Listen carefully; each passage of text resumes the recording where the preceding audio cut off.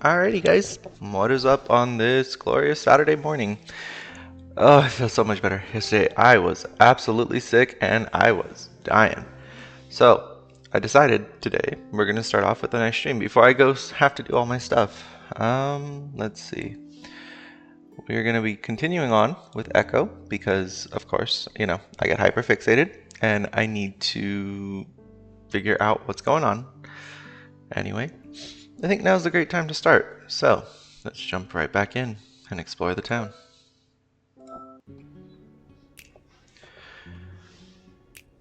Where we left off, if I remember correctly, we finally come to the conclusion that something for sure is going to happen between us and Leo today. Whether we like it or not. Either way, it's going to happen. What really worries me is what will happen after. Leo, meanwhile, slides his hand over my stomach. Not that I care if you gained any weight. That happens. But I like you this way. Yeah, it happens. I only hesitate for a moment. I slide my own hand under his shirt, and Leo makes a soft, gasping noise as I press it up against his stomach. His ears fold back, though he keeps a grin on his face. Being a wolf makes it hard, you know? Oh, being a wolf makes it harder, you know? I believe you. As if to try and convince me that he hasn't really gained weight, he flexes his abs, flattening the soft fur of his stomach against my palm. Still wrapped in velvet. But I'm into that. I get the urge to adjust my pants so my dick isn't jamming so uncomfortably into the crotch. But I don't want to make it that obvious that I'm aroused. You mind feeling some other parts of me? You're making me feel fat. I giggle before I slide my hand up his torso. This exposes more of his white stomach all the way up to his chest, and I can feel his pounding heart. That better? Leo just gives a breathy, laughing exhale as he lets me feel him. He sidles closer, resting both of his hands on my waist. I feel his pecs with my hand as I thumb through his fur to find the nipple underneath, feeling it harden in response.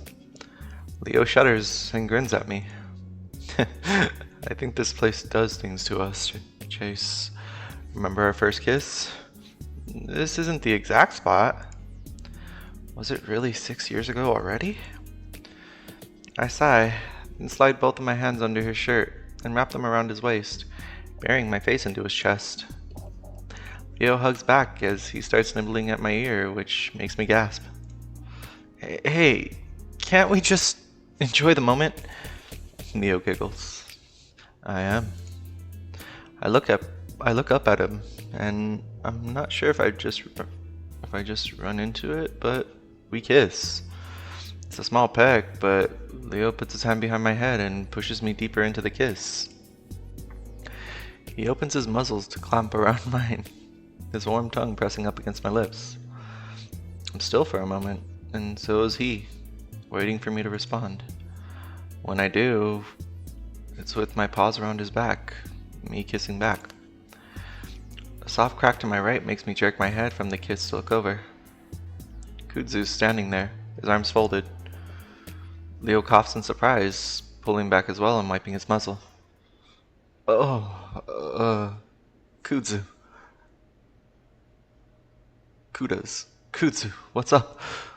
The raccoon's expression is hard to read, as usual, but I see the corner of his muzzle quirk up after a while. Not much. What's up with you? Oh, stuff. Leo laughs and Kudzu smiles. Hey, Kudzu. I speak up, feeling awkward, staying silent after Kudzu caught us like that. He nods in my direction. Chase, what are you guys really doing out here? Seems like kind of a dumpy place to be doing that. I blush, but turn and point up to my camera bag sitting inside the opening of a car. I was filming for my project. This place is important to Echo's history. I see. We could ask you the same thing. Well, I'm not exactly doing that, am I? Anyway, I just take walks sometimes on my days off. In the middle of the day? Usually. He narrows his eyes at me, clearly thinking that I'm suspicious about something, so I quickly add, I mean, it just gets so hot out here at this time of day. I'd die. Kutsu shrugs his shoulders nonchalantly. I don't know. I go for walks a lot. That's what I was doing last night when I found you two. Hey, thanks for stepping in last night. That could have ended badly. Kutsu shrugs again. It would have. Had to do something, didn't I? Well, we appreciate it. Leo wraps an arm around me and hugs. So, how was he when he came to? Pissed, obviously. He always is. But he said something last night. You should stay away from him for a while. Kutsu's normally placid face shows some concern for the first time. What? He say he was gonna kill me? Leo says it lightly, like it's not a big deal. Among other things. His eyes flick to me. I give a start. What? Whoa. Wait, did he say some shit about Chase? Leo's hackle rises, and I can see him starting to bare his teeth.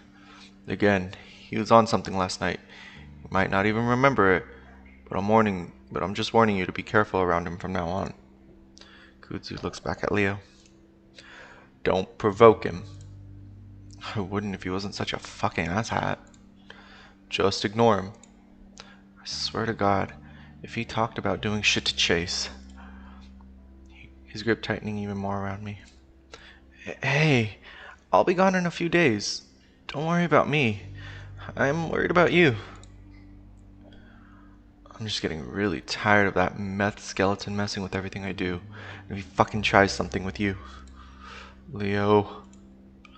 The air is tense and I can feel Leo growling deep in his throat. Wanting to change the subject, I speak up. Hey, Kutsu. You know, we were gonna go out to the park and hang out. Did you want to come? Thanks, but I think I'm good. Leo perks up from his brooding. You know what? I think that's a good idea. We were gonna play some soccer, but there's only gonna be 3 of us. You can help even it out. Kutsu thinks. I suppose I could use a workout. You're just like TJ. I think you guys will get along great. I don't really see TJ and Kutsu getting along just because of their fitness conscious. They're practically night and day. Well, we're heading out right about now. You gonna come? Kutsu hesitates for a second longer before he nods his head in a quick jerk. Alright, yeah, why not? And with that, I gather up my equipment and we head back to Leo's house. It's not surprising that Echo has hardly an inch of flat grass in the entire town. Leo says they're planning to lay down sod next to the lake when the area is further developed, but as of now, we have to settle for a park near Peyton. It's a plain stretch of grass, usually used for youth soccer games. In fact, I can remember when I was part of that same organization, back when my stubby legs didn't matter much. Of course, after a few years, it became clear that, being an otter, I wasn't built for the sport. That's when I took up swimming, of course, but then I realized that I wasn't really great at that either. Of course, I could outswim any non-aquatic, but when it came to other otters, I was pretty much bottom of the barrel. As we dive, TJ sighs next to me. I look over at him and he's got his elbow against the armrest, staring out the window as we pull up into the empty parking lot. Everything alright? TJ's ears perk up and he looks over at me, quickly forcing a smile. Of course. You don't seem that way. What's up? I lean in closer to him. Leo's talking to Kutsu in the front, so we have some amount of privacy. TJ looks down at his lap for a moment, then just shrugs. I think it's pretty obvious, Chase. This whole trip has been pretty bad. I'm about to counter that it hasn't been that bad, but he goes on. I just think it might have been best if I hadn't come. I feel bad is all. The way he tries not to frown but does anyway is both heartbreaking and adorable at the same time. I automatically rest my paw on his shoulder, reassuringly. Shit. Stuff happens, right? We came here to have fun, and that's what we're doing right now. Yeah, it's just that I feel bad for everyone else. What happened yesterday, I think it affected everyone. No way. I had a great time with Leo yesterday. Wasn't sad at all. I realize that that statement makes me look like a total asshat, but TJ just nods as Leo parks the car. We're here. As we reach the field, Kudzu immediately starts jogging the length of it while TJ stretches. I stand there awkwardly for a second, not really sure if I should join them since that felt a little overboard for something so casual. At least I hope it's casual. Leo rests a soccer ball against his hip as he joins me. They're so eager, huh? Apparently. Well, it's not a bad idea. Don't want to pull anything. So me and Leo do a few awkward stretches before the other two join us in the middle of the field. So, time to pick teams. There's only 4 of us, shouldn't be too hard. You want to pick? Kudzu looks between us before his eyes settle on me. Chase. Oh, okay. Probably best to keep the lovers off the same team to avoid distraction. I at least want a bit of a challenge. Kudzu gives Leo a little smirk. I blush, but Leo smiles easily, rolling his eyes. It's not like that. Sure. So, I'm on Leo's team? TJ settles up to Leo's side and the wolf puts an arm around his shoulder. Yep, you're lucky to have me, you know. In my country, we had a war over soccer once. I don't believe you. It's true. Thousands died in the football war. Wait, did you call it football? Because that seems pretty confusing since you're really into the other football. I live here now, so football is soccer and football is football. But if I were to call soccer football, I'd call it football. Yeah, no, this gets really confusing with Spanish. People get confused all the time. Wait, what? Buchica. Let's just start. Kudzu looks around. Since there's so few of us, why don't we just play with half a field? Grab a few rocks to mark the goal. After that's done, we start playing. And for me, it's pretty much a disaster. TJ, of course, dominates all of us. He dodges around me with ease, making me look like an idiot as I spin around trying to catch him, falling on my ass more than once. Kudzu is able to hold his own for the most part, but TJ gets past him without much difficulty.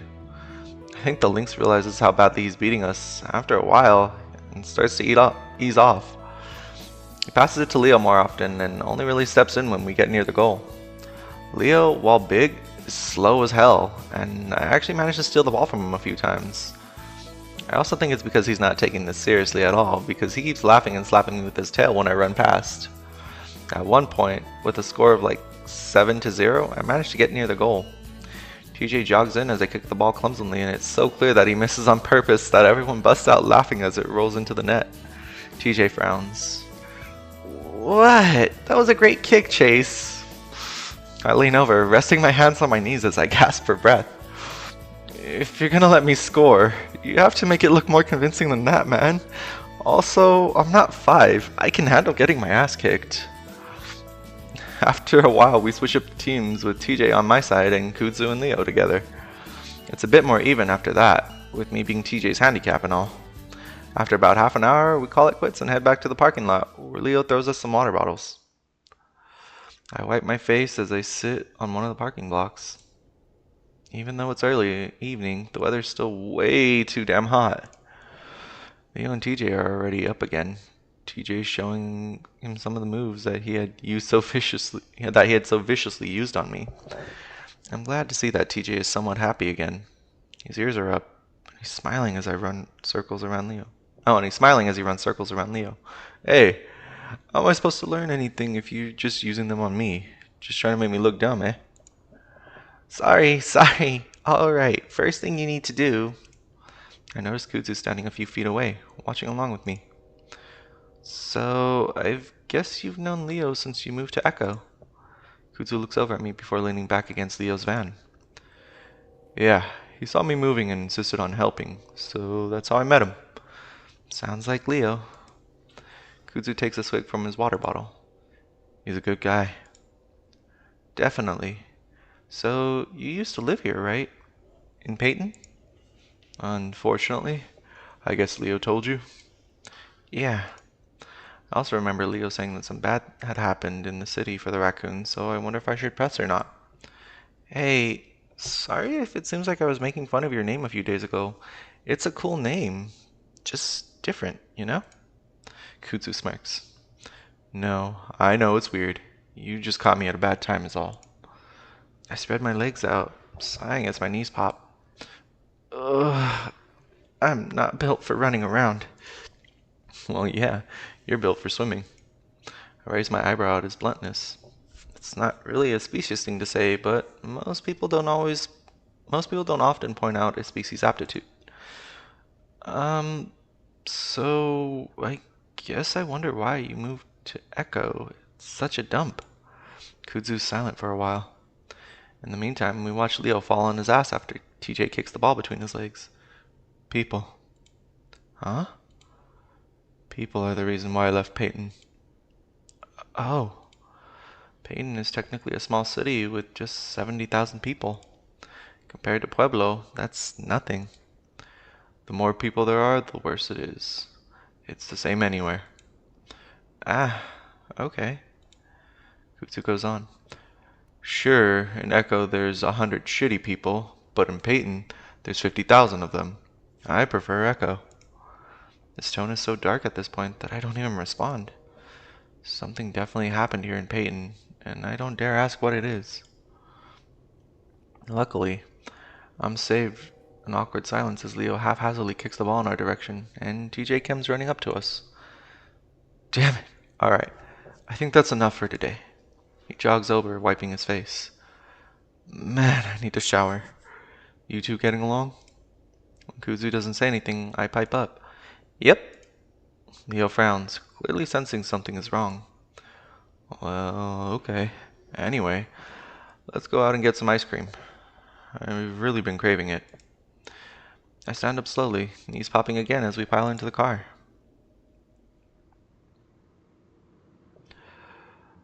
As we drive, TJ continues to stare out the window, but his ears are up and he doesn't seem depressed anymore. I lean over towards him. You feeling better? TJ turns to look at me, smiling. Yeah, it was fun playing with you guys. I grin. You're insanely good. He shakes his head. Not compared to the other guys at school. I'm not aggressive enough, but it's fun. Well, I'm glad you're feeling better. TJ nods. It's too bad we can't come back and do it again tomorrow. Hmm? Why not? Not that I'm crazy about doing it all again, but I'm not sure what would prevent it. He looks up at me. Well, your project. I frown. I don't think... Hey, what flavor do you guys want? Leo practically shouts back at us. I look around, we aren't even at the ice cream parlor yet. That doesn't seem to matter to TJ, though. Oh, cookie dough. It's been so long since I've had it. Really? I didn't know you liked that flavor. And somehow Leo's able to keep up the conversation about ice cream flavors all the way to the actual ice cream parlor. I decided the shots I got earlier in the day were too bright, not representative of the sad state of the town that I wanted. The setting sun does a better job of capturing the desolation and the bittersweet depression of it all. A metaphor for an end, in a way. At least, that's how I hope it comes across. I lean back against the old rusted car, clicking through the images I had taken. Feels very quiet, despite the wildlife around me. And so that's why it's easy for me to pick out the footsteps headed in my direction. At first I think it's Leo, and I wonder how he's finished up with the shower so quickly. Then I realize that the crunch of dried vegetation is too soft, too light to be Leo's. I look up, kinda hoping to see Kuzu, but instead I'm greeting with the sight of Clint headed in my direction. My grip tightens on my camera, watching as he approaches around the bend of the tracks. He doesn't see me at first. As he gets to the tracks, he hops onto one of the metal rails and balances there, walking along like he's on a tightrope. Does everyone in Echo just come here to take a walk? I think about walking around the train car out of his line of sight and hide until he passes me. While I'm thinking about it, he loses his balance and stumbles off the rail, and that's when he looks up. Of course, I'm the first thing he sees, and we both just sort of stand there, watching each other. I don't know what to do. Cood said Clint probably didn't remember anything from last night, but I'm not willing to bet on it. Doesn't even look like he's not. It does look like he's not even sure who I am, though. His eyes are squinted, almost shut, mouth all screwed up with the scratches, and he scratches his head comically. He leans forward, almost to the point of falling over again. Definitely on something. At that moment, a look of recognition spreads across his face and his mouth opens wide. Then he starts jogging straight for me. The abruptness of his movement startles me and I almost drop the camera. I angle myself away from the car so I'm not backed against it and start taking steps back as he gets closer. He stops though, about 10 feet away, and points at me. Hey, I know you. I'm at a loss for words for what to say. He's wobbling back and forth, his eyes wide open. Your name. There's an awkward pause as I try to determine whether or not he's asking a question. My name? Chase. Why did I tell him that? You're Leo's bundle of sticks friend. I'm distracted again because that's when I see the handle of a pistol just poking out from the front of the waistband of Clint's jeans. Clint glares. Fucking Leo, why do you hang out with that creep? I'm looking around, trying to decide the best way to escape in case he loses it. I mean, he's always saying shit to me, always saying shit about my dad. He had a perfect fucking life and rubs it in my goddamn face. I take a few unconscious steps back at the end of the car. So that the end of the car is right next to me, in case I have to duck behind it. I don't think Leo's life was that easy. It was pretty bad back in his country.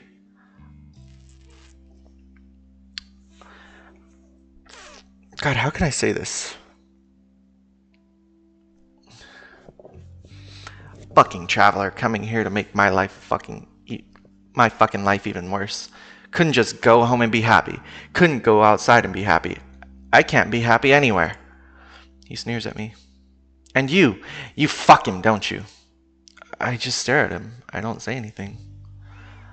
I feel like anything I say could set him off, but he waits patiently, expecting an answer. Clint.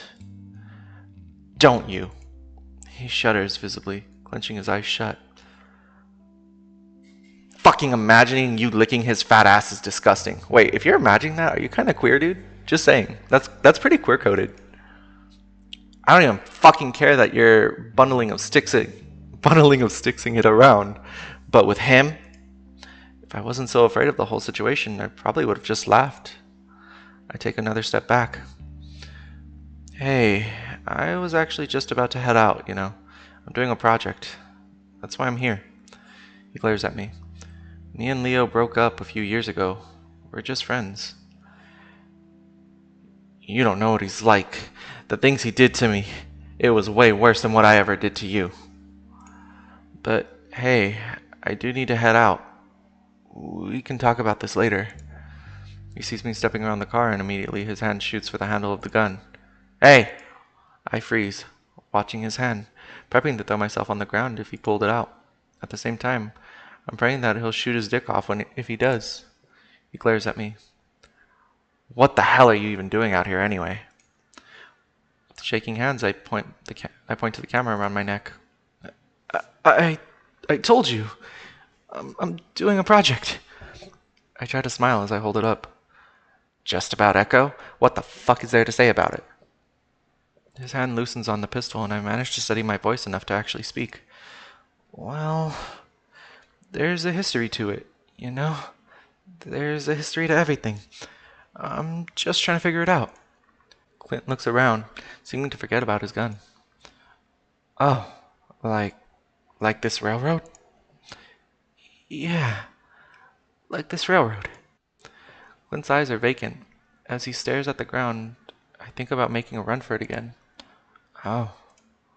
I jump as he snaps his head up. My dad once told me that his dad knew a guy that got killed here back in like the 50s. Oh? Despite the fact that there's a crazy meth head in front of me with a gun, I still find myself becoming interested. Yeah, like like some guy was trying to hop on one like way back, and that's how people would get around. So this guy was trying to hop on this train here when it was leaving the station, but he missed jumping on. Quinn sits down in the dry, dusty weeds and spreads his leg out all over the rails. And he falls down like this, and it runs over his legs. Clint brings both hands down into a chopping motion over his thighs. Blood goes everywhere, and yeah, he's dead, right? He looks up at me, and I realize he's actually waiting for an answer.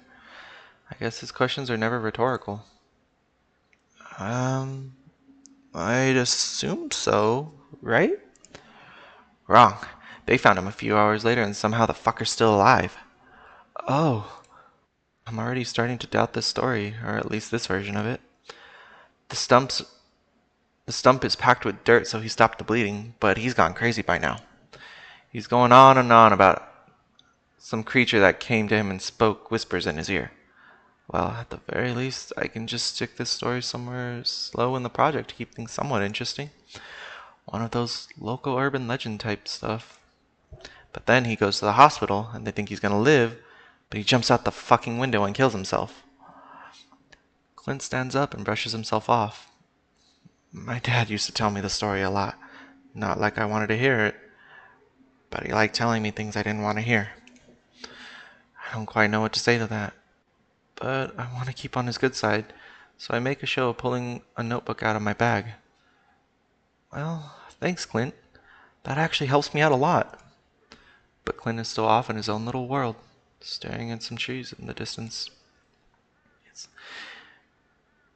It's weird that you needed to hear that story, because I come here because of it.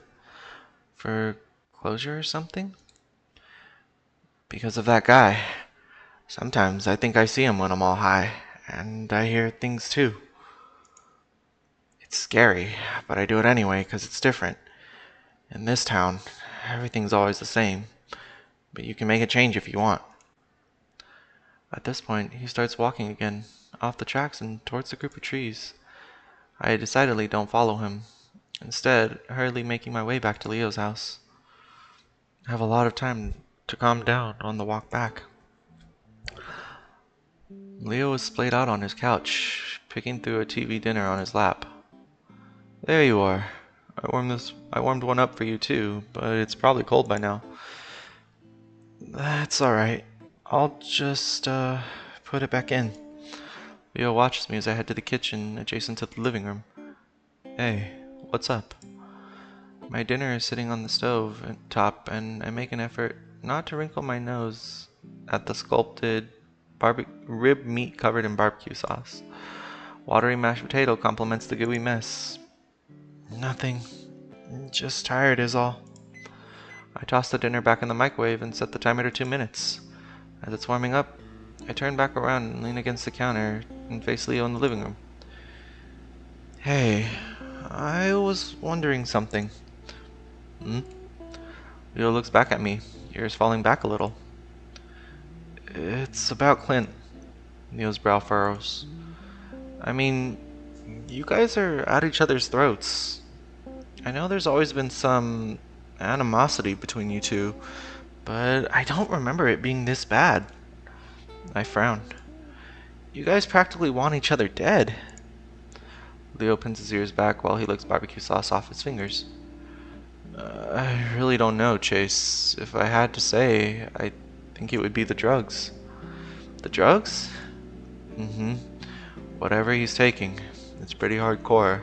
I mean, he's a goddamn skeleton now, right? Yeah. But it's not like I'm responsible for it. I just treat him like he treats everyone else. I open my mouth hesitate, and finally ask what's been bothering me.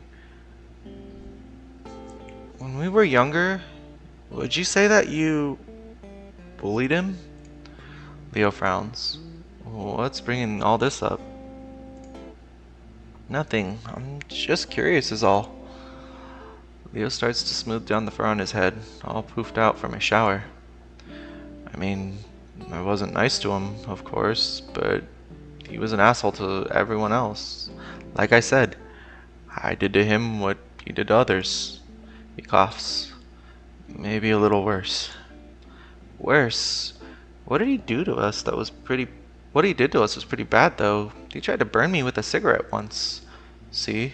When you tell me shit like that, I don't feel bad for any of the things I did to his worthless ass. I'm saved from having to respond to that as the timer goes off. I turn around and pull my food out of the microwave before grabbing a plastic fork and sitting down next to Leo. We eat in slightly awkward silence. By the time I almost finished, I'm feeling a little nauseous. Ugh. Not to be rude, but do you always eat this stuff? Huh? He looks up with a mouthful of mashed potatoes. This microwavable dinner stuff. He swallows loudly. Yeah. You don't like it? He lowers his ears again, looking embarrassed. It's fine. I mean, it's just... sad. I look at him sheepishly. You little fucker. I get better food sometimes. This is just easier. Yeah. I drag the plastic fork through the flaky potatoes. And what qualifies as better food? The diner? Hey, it's not like I can't afford it. I make good money. I laugh. This isn't about money. I just think you're lazy. Leo mock growls and leans over to grab me. I yelp theatrically and try to hold my tray steady as he yanks me sideways to lay down against him, our heads on the armrest. Hey, I gotta throw away my tray. It's full of gross TV dinner water. Leo nuzzles into my neck. Put it on the floor. Ew, gross. You can throw it away when I'm ready to get up. Since when do you decide when I can or can't get up? Since you decided to mouth off to me. Now you're the one that's going to be cooking all of my meals and cleaning up my house, chula. I shiver as he responds by spooning me tighter. Clearly Leo's gagged that I'm past the point of resisting at this point in my little vacation, and he's taking advantage of it. Estoy loco por ti. He rolls the R dramatically. Wait. Estoy loco por ti. Definitely taking advantage of it. We're both too tired to do anything more, which is probably for the best. Within a few minutes, I've passed out. No, not again. Friday.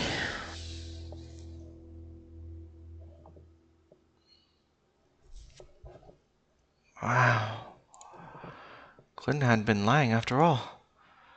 What? Leo whispers at me from across the table, not looking up from his phone. Nothing. Just finding some interesting stuff.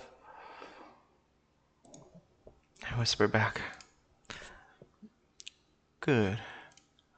Leo grins, but still doesn't look up from his phone. There isn't much to go off of. After reading through it, I'm pretty skeptical of Haunted Echo, the main source of my documentary. At least the bit of information I just came across references some newspaper articles from 1952. The younger wolf, named Robert Smith, wasn't even a resident of Echo. He'd been resting at the Echo classification yard after taking a train from the capital. He was on his way to the west coast, and once he thought he'd found the right train, he attempted to board it. No one knows exactly what happened. Yet, somehow, his train hopping went horribly wrong, and he was found with both limbs severed 2 hours later. He managed to crawl 20 yards north up along the rail before he was found. Somehow, and possibly, he survived the ordeal up to that point. This was mainly due to the mud packs that had been placed on the stumps, halting the bleeding. Of note was the fact that Robert had seemingly become delirious because of blood loss, pain, or trauma. Likely a combination of all three, actually. He claimed that the bleeding had been stopped by a creature of some kind. When he tried to describe it, he began to sob and scream incoherently. It's hard to say how much of it was being exaggerated by the author. Either way, I don't exactly have time to track down all her sources, so I decide I'll just have to trust it. My leg jumps as something soft and ticklish brushes up against it. I snap my gaze up to Leo. What? Leo gives me an innocent look while he continues to brush his tail up against my leg. Well, if you're not going to say anything, then please stop doing that. It's distracting. He does stop, and then I feel a little guilty, so I look back up. And thanks for getting a library card just so I could check this out. It's a huge help. He smiles. No problem, Nutria. Not one of your sexier words.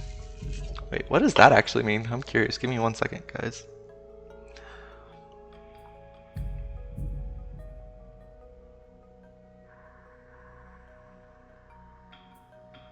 Oh, otter. Okay. Different dialects of Spanish, man. I return back to the book. It's unlikely that Robert would have survived anyway, due to the extent of his injuries and infection. Still, it is a note that he ended up committing suicide a few hours after the discovery.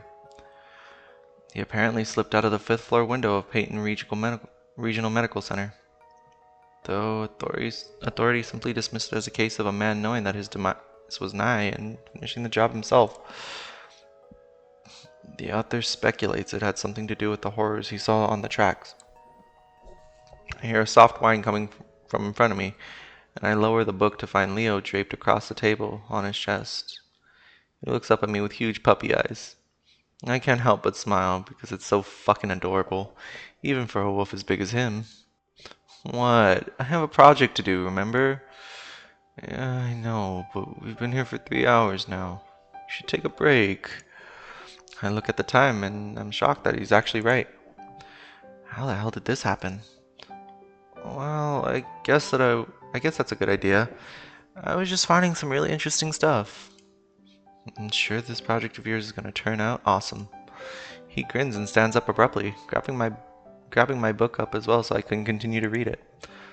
Let's go get some lunch. It's almost 3. Alright, did you want to go to the diner? You want to eat there? Well, it's been a few days. I'd like to catch up with the others, you know. I know that's what you wanted to do. Actually, everyone's busy. I already tried. Oh, really? What are they doing? Well, Flynn's working, TJ and Jen are on a hike, and Carl's asleep. Oh. Doesn't really seem like Leo's to just blow off meeting everyone. But I guess at this point of the trip, he's just tired of trying. I know I would be. Probably just to show me up after what I said last night, Leo takes me to some semi-fancy steakhouse.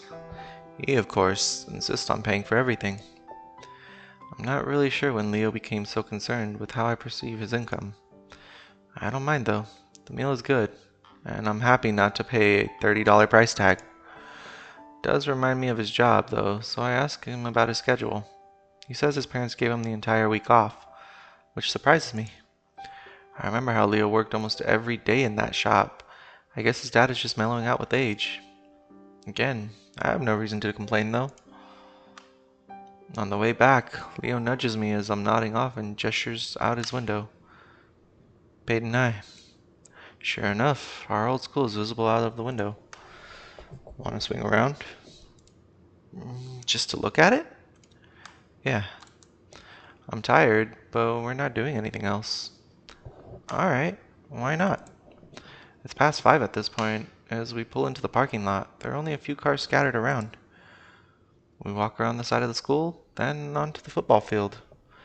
If Peyton High School put money anywhere, it was definitely sports.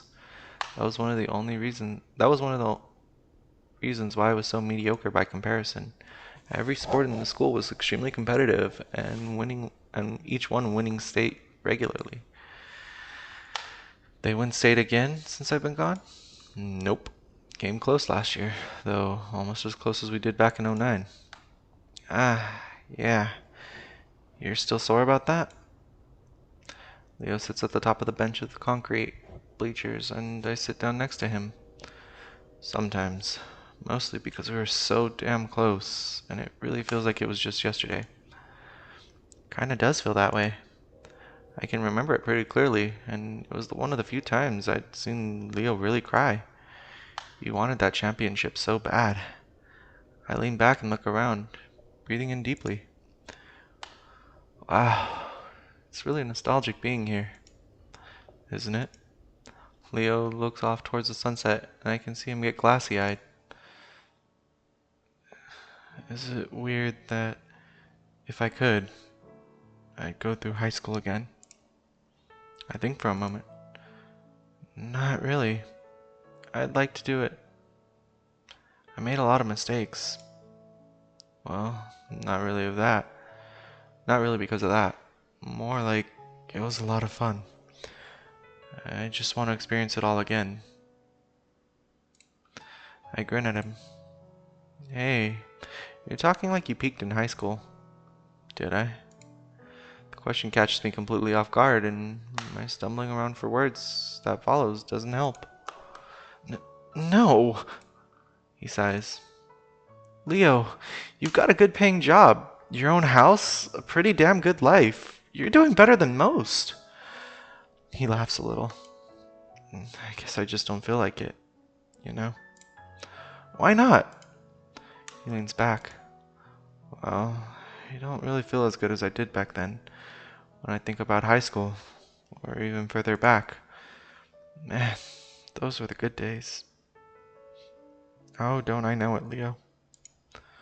I think about how completely inverse I am to that. How my life has improved exponentially after I left town. Well, you know, if you keep looking back, I don't think you'll ever be happy. He looks so sad. I wrap an arm around his shoulder, which is a little difficult considering how broad they are. Because 5 years from now, you'll probably look back at this era of your life and think, man, I wish I could go back. You're probably right. So, let's just enjoy now. Leo sighs again, then looks straight down at me, meeting my eyes. Chase. Yeah? He pauses, looking off to the side before turning his eyes back on mine. I love you. I immediately look away. Chase, please. Please, just come back. I miss you so much. Every day. I stare out across the field, not able to meet his eyes again. I'll stop smoking. I'll stop picking on Clint. I'll get rid of the gun. Just please, come back. I don't know, Leo. You know how I don't like it here, and I feel like I should always keep my options open. To find a good job, a good place to live. Just for a year or two, while you're getting on your feet, I'll give you a place to stay.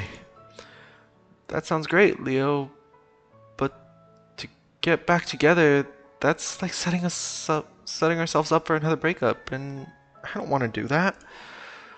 But then we'd know for sure, without parents or school in the way. It'll just be us, and then, even if it doesn't work out, there's some closure there. For the first time, I feel myself seeing things from Leo's point of view. I'm not necessarily losing anything, at least, by trying. And he's right. There really wasn't any closure. Mostly because of me. Leo must sense my indecision, because he immediately presses forward. And I'll be making enough to support you while you figure things out. Hey, I don't want to mooch. I don't mind. I just want you to be comfortable so you can do what you want to do. But Echo. Leo's quiet for a while. A long while. Before he finally speaks up. Now that, I can't fix. But I guess one way to decide is to weigh what's more important to you. You're asking me to choose? I'm not asking that, exactly. Leo glances at me. Oh, no. We don't want to quit. Okay, let me save here just for a good spot, because just in case. Leo glances at me. But if I did, I blow out a long sigh. So you are. He doesn't say anything, so my mind starts wandering over the years we'd spent together. Despite how much we fight, there's no question in my mind what the answer is, and it hits me like a thunderbolt. Well, I choose you. All at once, his face explodes into a grin. So much happiness in one expression that I don't think I'd ever be able to take back what I just said, even if I wanted to. And instantly, I'm wrapped up in a tight, warm hug, one that crushes the air from my lungs. Oh my god, Chase. I love you so fucking much. Hey! But you've still got a year of school left, so we're gonna have to get back in contact, and we're gonna have to exchange. I clasp his muzzle shut with my hand around it, and he just stares back at me with eyes wide. I didn't even say yes. I take my hand away from his muzzle. Oh, well, what do you say? I look again towards the sunset, past the concrete bleachers and the goalposts, in the direction of Echo. I take a deep breath. I look back at Leo. Yes. And then he's kissing me. It's not rough like it was at the train yard. His mouth stays closed, but he holds my head gently, and it's like he's pouring all of his love into me through just his lips. As ridiculous as it may sound, I can feel it. Fuck.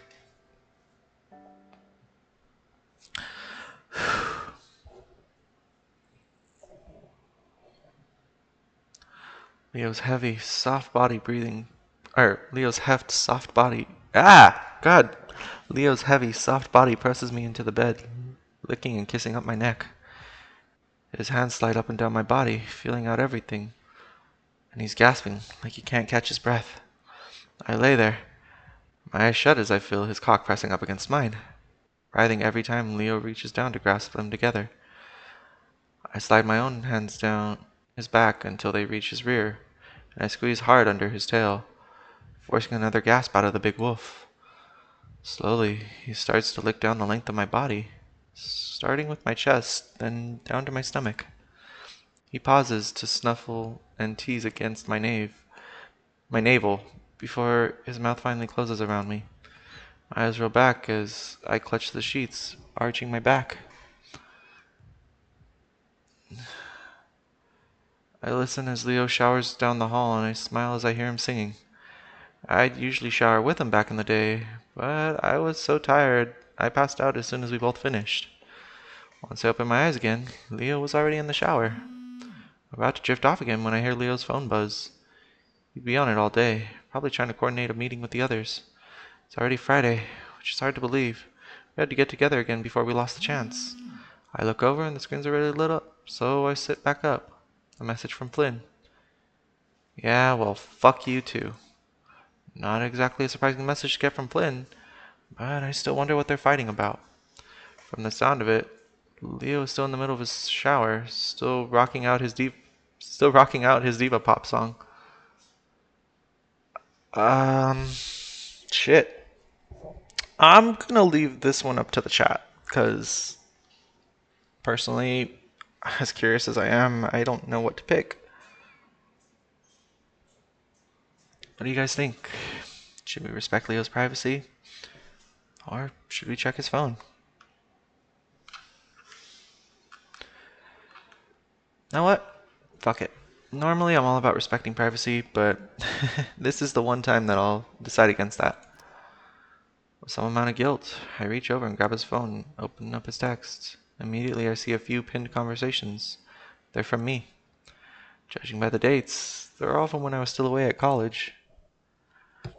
There's also a few saved attachments, and I quickly swipe away to the other more recent conversations. The latest is from earlier this morning, and it looks like it was from Flynn. Chase has a project to do. Bullshit, you're fucking with him again, huh? I'm helping him. You planned this from the start, didn't you? What? This whole thing was to get back in his pants. How about I planned this after you ruined the entire week, huh? Yeah, well, fuck you too. I frown. It's too bad Leo and Flynn are still fighting, but for some reason, their exchange has me feeling uneasy. I pull up his next recent thread, one with Carl. Carl asks Leo when we're hanging out again. Yesterday night. Leo pokes some fun at him about sleeping in the crawl space. Then Leo tells him that he isn't sure, that I'll probably be too busy with my project to hang out. Leo never asked me. I feel my heart start to pound. Today, Carl texted again, asking how things were going. Leo tells him that I wanted to go to the high school for nostalgia's sake, that I wanted to be alone for it. He sent that 2 hours ago before we got there, before he acted as if it was on a whim. Then Jenna asks if Leo was avoiding her, if she said something wrong. Leo tells her everything fine, but again, I'm too busy to hang out. Then his next text to TJ. Hey, yesterday was so much fun. I know you said you were probably going to be busy, but I wanted to check. Chase is still pretty sad about what happened on Monday. I think he needs more time. Oh, okay. Please tell him I'm sorry. He told me he was fine yesterday, but I guess he must have been faking it for my sake. Yeah, he's still pretty broken up. We'll figure it out though. Oh no. I'm gripping the phone hard. Could Leo have really done all this? To TJ especially? I sit there quietly, listening to my wolf continue to sing. My stomach twists up and I realize that now I have to confront him on this. I've let things slide before, but this is on a different level. I hug my knees and stare at the wall, feeling strangely violated now. As I stare, I see a dark spot with spiny legs move across the wall. The spider pauses, as if acknowledging me before disappearing into the dark corner. Damn. So he manipulated everyone. I sit on a hard, uneven ground, shivering as I try to cover myself up with the blanket. My eyes adjust enough for me to realize that I'm outside somewhere, looking through the branches of a dead tree to the many stars above me. Aside from the calls of a few birds, it's completely silent. I stare at the sky above me for a while, wishing that I wasn't so cold, so I could go back to sleep. Where am I?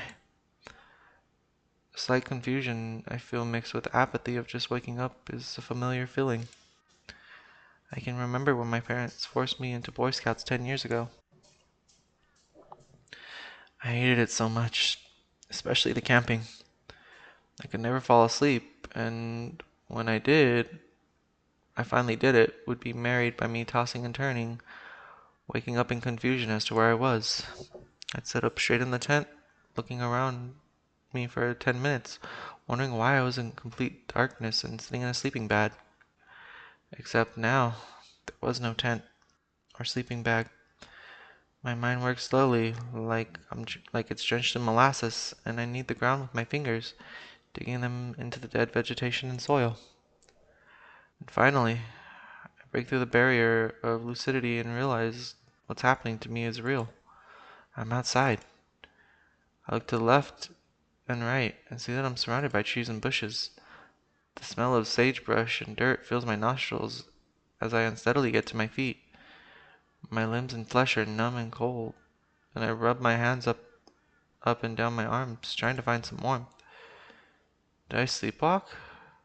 I must have, unless Leo took me out here for some reason. Or someone else did. I shiver. There's not much else I can do except walk forward. Ahead of me, it looks like the branches clear out into more darkness. I hope that I'm just behind Leo's house, where I know there's some bushes and trees. Either way, I can't be far from the house. So I start walking, reaching out blindly to move past sharp branches and prickly bushes. The pain wasn't that bad. Not nearly as bad as you'd think it'd be. I look behind me, staring hard into the darkness. I can't see anything beyond the branches right in front of me, which gives me the impression of gnarled teeth in front of the darkness, an endless mouth. Quickly, I turn around and push back through the dead vegetation in front of me, trying not to panic. But I knew I was dead the moment I looked down. A branch scrapes across my cheek, another stabs me hard in the hip as I run right into it. Two stumps, gushing blood, splashing the wheels of the train and the rails. I finally break out into the open. Now, I can see more stars above me, but the complete lack of the moon makes almost everything around me impossible to see.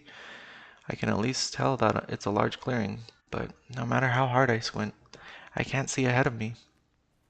Tentatively, I start walking forward, looking left and right for any signs of lights that might help guide me back to town.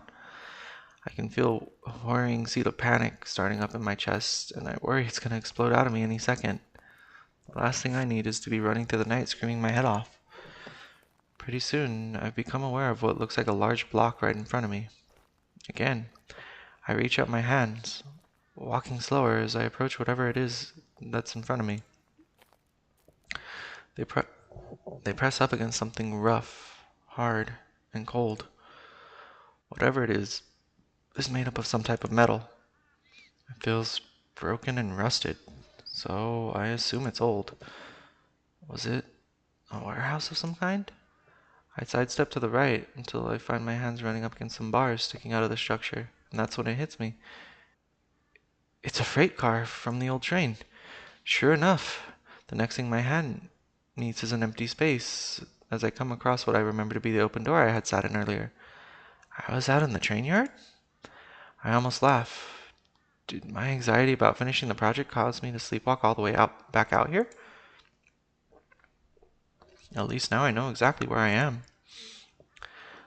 I rest my hands on the edge of the car, breathing in the musty air inside. There's a hint of something sweet and sick on top of it, and it crosses my mind that anything could have crawled inside and died. I quickly move away from the car.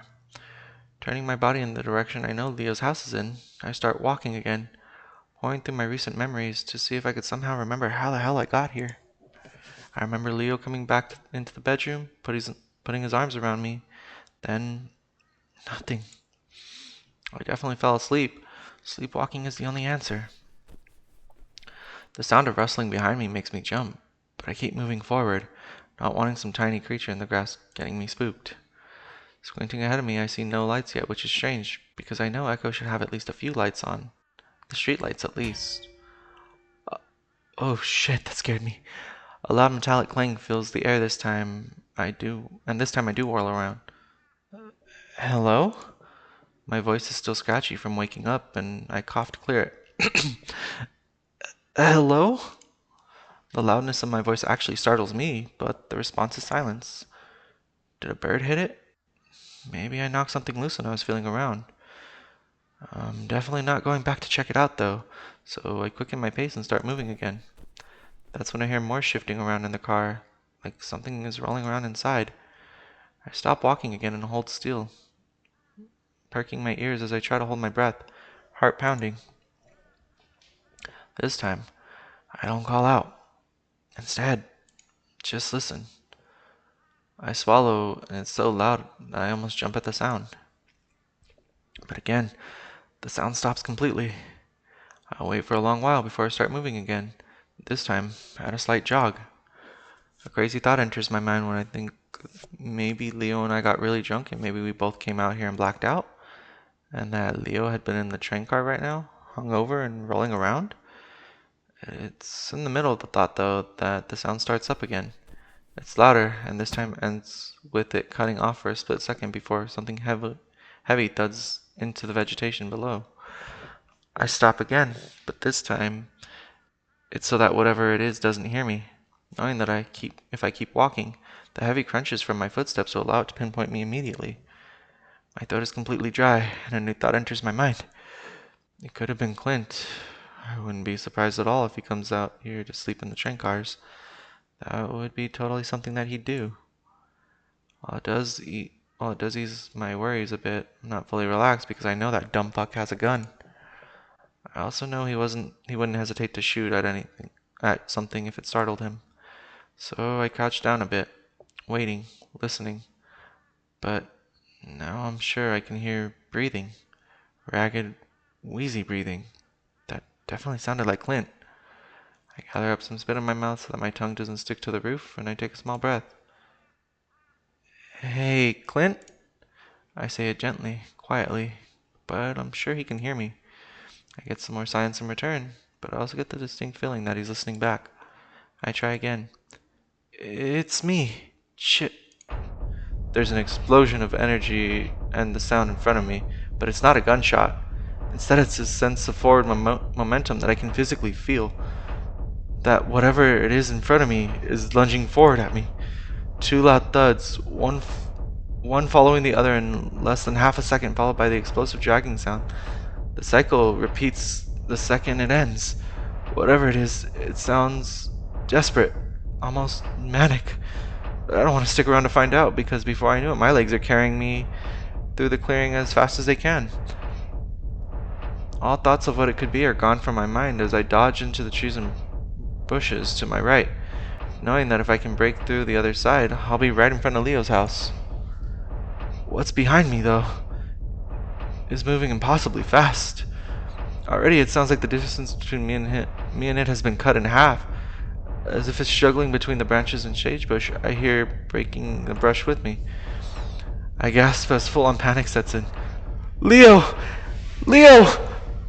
I scream as loud as I can, knowing that he should be able to hear me, also knowing that he sleeps like a rock.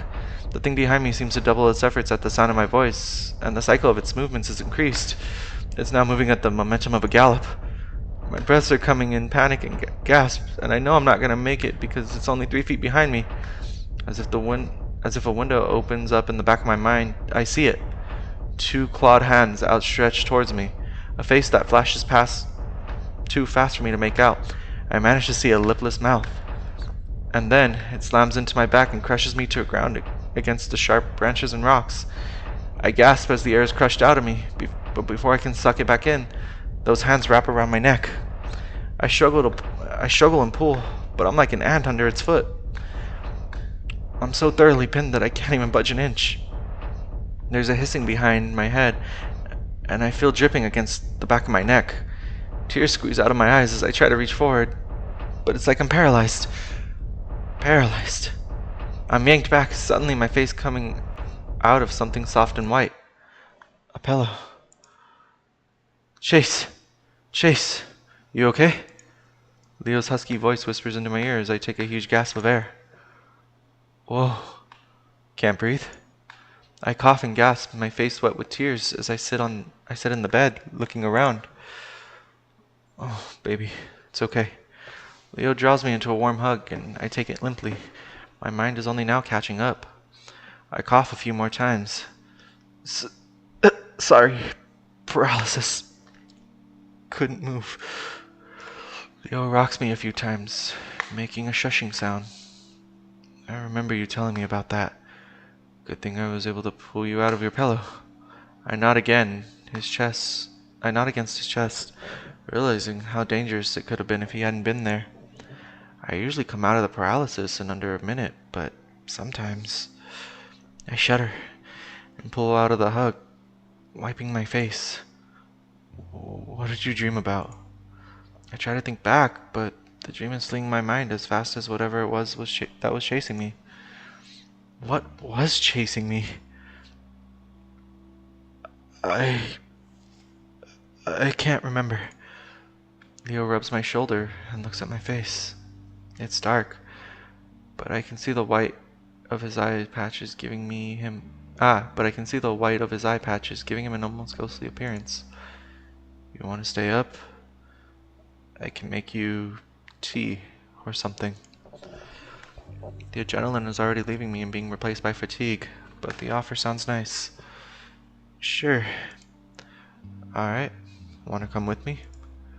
I pause and shake my head, wanting to collect myself alone for a moment. No. Just give me a second. Alright.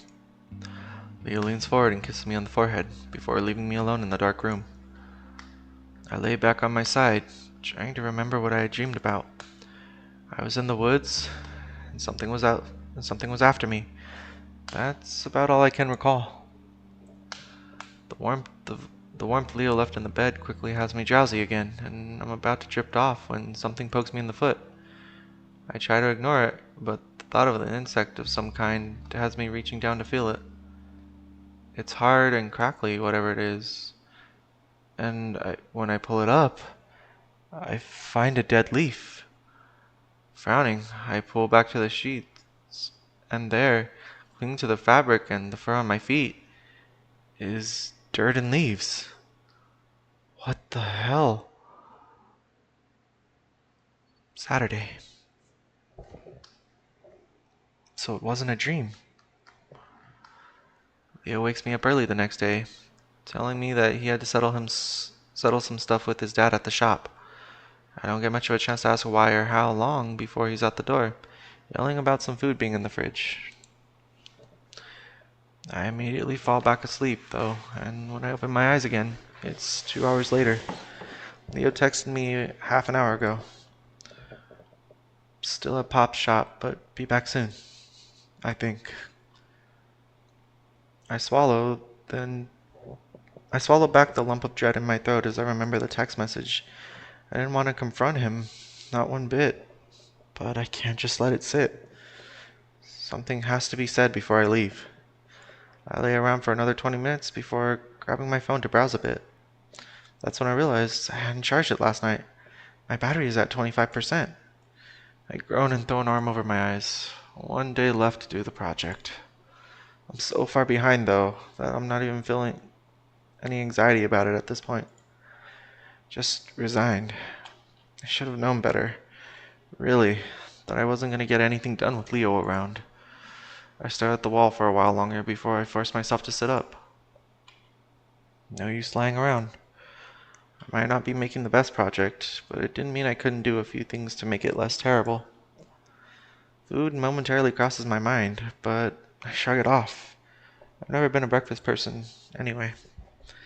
As soon as I leave the house, I notice that things are a bit off. Firstly, it's dead quiet. Usually there's some kind of drone, whether it's the wind or a plane overhead. There's usually something. No sound of birds either. Those are always chirping in the morning. I stand in the doorway for a bit, feeling a vague sense of tension. Electricity in the air. Something's building. I shake my head, feeling dizzy. That dream last night had fucked me up in all kinds of ways, so it's not surprising that it's probably still messing with me. I'll be glad to be gone from this place tomorrow. Some rustling next door draws my attention, and I see Kudzu, carrying a set of clippers, walking across his front yard. I open my mouth to say hi, but I hold back, feeling self-conscious. His brooding nature was a bit intimidating, and I don't know if he's the kind of person who expects a greeting or not. I'm not left to wonder too long, though, because he spots me almost immediately, and raises a hand. Morning. Oh, hey there. He grunts before settling his attention on the bush in front of him, sizing it up. I stand there awkwardly for a bit longer, wondering if that's the end of our exchange. But he speaks up again. Leo take off? He nods his head at the empty driveway. Oh, yeah. Earlier this morning. I walk down from the porch and walk over to the edge of Leo's lawn so it doesn't feel like we're yelling at each other. Said something about having to take care of some business with his dad. I see. Kudzu stops trimming and looks up at me before smiling. You can come on my lawn. It's not like I have an electric fence or anything. Looking down, I see that I'm toeing the edge of his immaculate lawn on Leo's side, looking like a little kid. I blushed before stepping over to crunch along the tan-colored gravel he had set out. It's weird how nice it all is, especially compared to the shitty trailer sitting in the middle of it all. If he had an Adobe-style house, this place would be Southwestern perfection. This all looks really nice. I guess gardening is your hobby? Thanks. Kudzu snips at the bush rather aggressively. I like it. It's what I do for most of the day. The raccoon moves to the side of the bush, examining it. It's peaceful. He gives the bush another snip before resting his hand on his hip while he lets the clippers dangle in the other. And it keeps you in shape. I can't argue with that. Although he's skinny, the muscles showed through the fur on his arms. He's probably the most in-shape guy I've seen in Echo. I realize that I'm staring and quickly snap my eyes back to him, but he's already smirking. I worry he's about to point out that he caught me, but instead, he gestures at my camera bag with his clippers. Gonna do something for your project? Yeah. Need to get a bit more film before I leave tomorrow. The slender raccoon wipes his forehead with his forearm. Anything in particular? I think... not really. Just old stuff to show the town's age. Kuzu sticks the clippers into the ground, looking up as he seems to think. I know of a few things. Do you go to the old school? Yeah, was headed there actually. And then there's the ruins next to the lake. Yeah, was gonna wait for Leo to drive me there later today. Other than that, there's an old rusted pump up the road. I don't know if that's actually from Echo's earlier days. Couldn't hurt to look. Where is it exactly? Kuzu points over my shoulder up the road. Down past Duke's house, right before the convenience store. It's kinda hidden back in some brush, but I can take you there. Oh, if it's no trouble. It's fine. I've got plenty of time to do this today. Well, alright. Thanks. I shift my bag on my shoulder and stand to the side as Kuzu tosses the clippers beside the bush and then starts walking towards the road. I follow him quietly again, feeling awkward under his no-nonsense attitude. So, you and Leo getting along? Yeah, we're having fun. My mind wanders back to the text message and my stomach clenches. Good. He's been looking forward to this week for a while now. Wouldn't shut up about it last week. I'm somewhat surprised that it's Kuzu filling the silence between us. Not that I mind. He's pretty damn good at it for such a somber guy. I smile. Yeah, that's Leo. He really misses our old pack.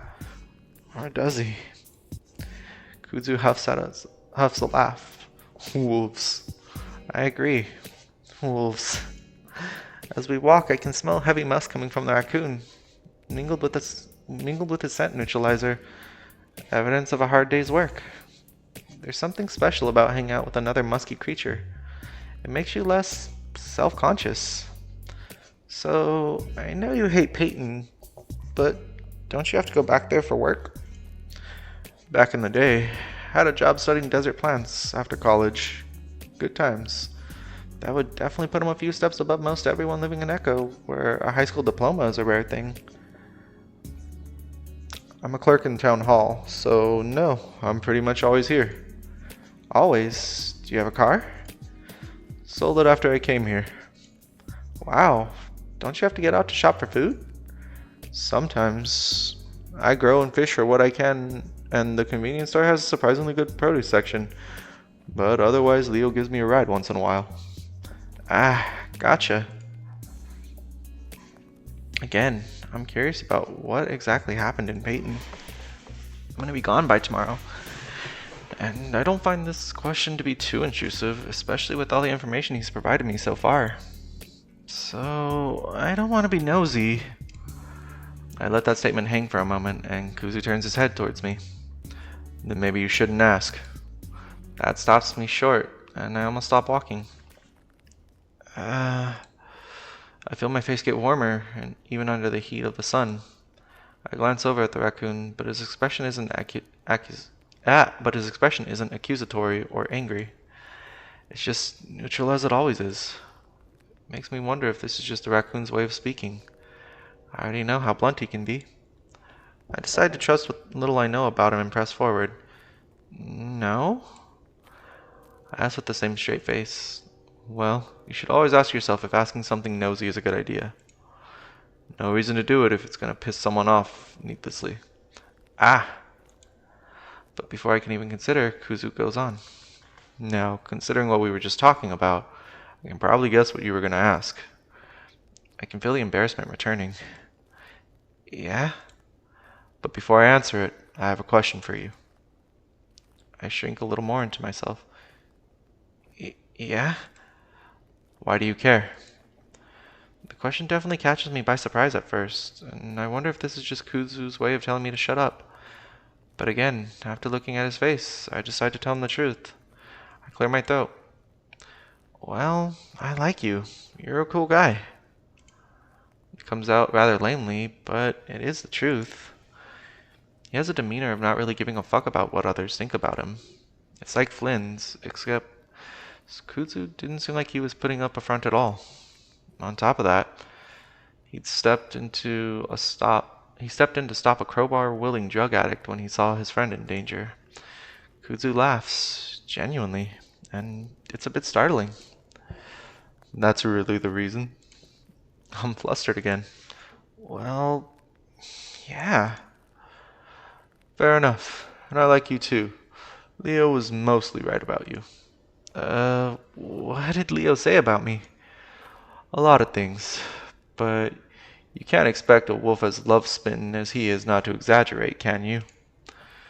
Uh, no, I guess not.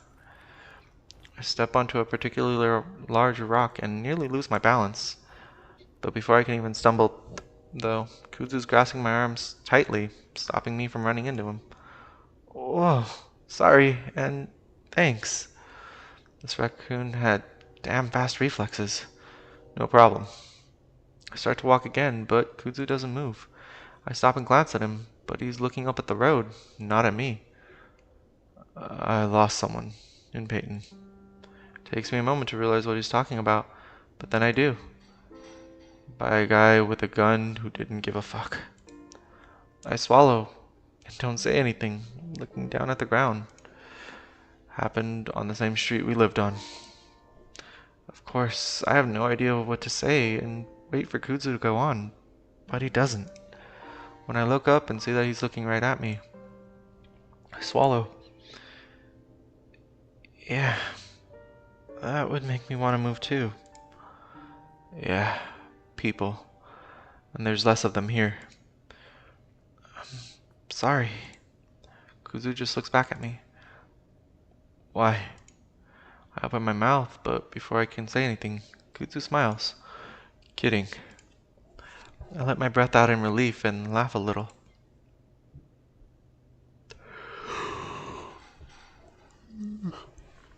Well, should we keep going? I make as if to walk up the road again, but Kuzu doesn't follow. I look back. He nods at the brush on the side of the road. It's right in here.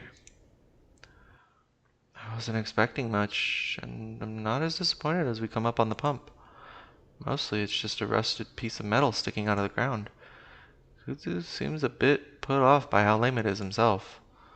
Smaller than I remember it being. Eh, it's something. At least I'll get a few shots of it. I start to unpacking my camera from the bag, a bit reluctant to do so for something so insignificant. How do you find this thing anyway? I look towards the road, which is basically hidden by dense brush in front of me. Need to take a piss. I know my house is right there, but peeing outside is liberating. Ah, speaking of which, I'm gonna go do that. He pauses. I can do it in front of the pump if you'd like, for effect. That's gross. I force a laugh, wondering if this is the first time I've ever heard the raccoon make a joke. At least I hope it's a joke. My laughing turns into a groan though when I see the battery level. First my phone, now this. What's up? Kuzu asks from a bit deeper in the brush, facing away from me. My battery is low. Not gonna have enough for the school. I'll have to go back and grab a spare. No, well, why don't you finish the footage for the pump while I run back and grab you another battery? You sure? Well, yeah, it'll be faster. I've been in his house a few times. Where's it at? In a dock, on his desk, next to his computer. Alright, I'll be back. And with that, Kuzu jogs off out of the brush and back onto the road. Within a minute, I feel like I have all the footage I can get out of the pump. I sigh and rub my face, glad to at least be out of the sun, but annoyed I've gotten so little footage of it. As I'm doing this, I hear what sounds like a gag behind me. I perk my ears up and look back. I hear it again, but it's softer. More of a grunt this time. I'm almost positive that Kudzu didn't go that way, but I can't imagine who else it would be. Kudzu? I wonder if maybe the heat had gotten to him. I know it's how dangerous a heat stroke can be. Getting a little worried, I start moving farther into the brush. Again, I hear a gag, and it's much louder this time. Cud, you alright? I start pushing deeper and with a bit more urgency, and not 20 yards in, I come into a clearing. The ground is covered by dead grass, and the sun hits me again with a vengeance. I blink furiously, eyes watering under the brightness of the clearing and blazing red behind my eyelids. Nope.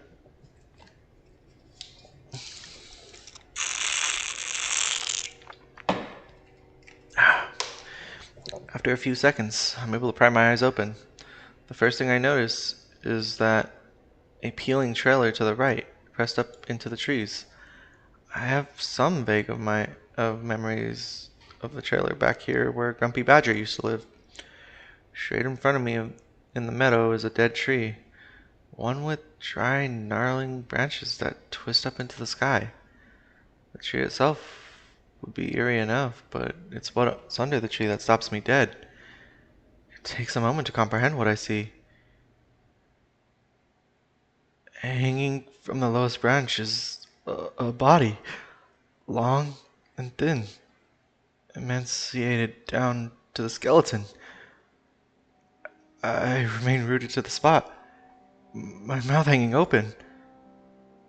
Disgustingly, my mind immediately goes to the camera. I don't know why. Yeah, showing footage of a dead body to the whole class. Either I'd get an A for being edgy, or I'd fail for showing a fucking dead body.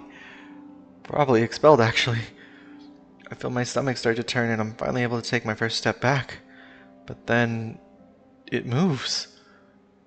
It's a quick jerk, one of the skeleton hands reaching up spasmodically to its neck before slumping back down.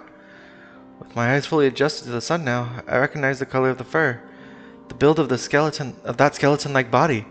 Clint! On unsteady feet, I manage to stumble forward, and I reach out towards the ringtail, aiming to at least hold him up until I can shout Kudzu over to help. Somehow, though, he's able to spin and face me, his expression of mortified fury. Did Leo do this?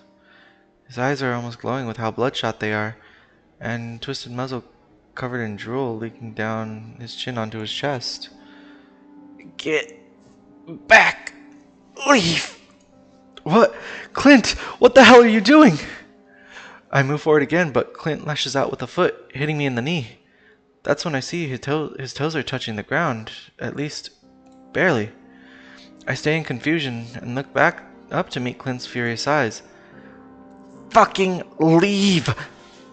Spit flies from his muzzle as I take a step back, completely at a loss for words. I don't... His bulging eyes move from mine to look over my shoulder, and his enraged expression melts, eyes growing wider.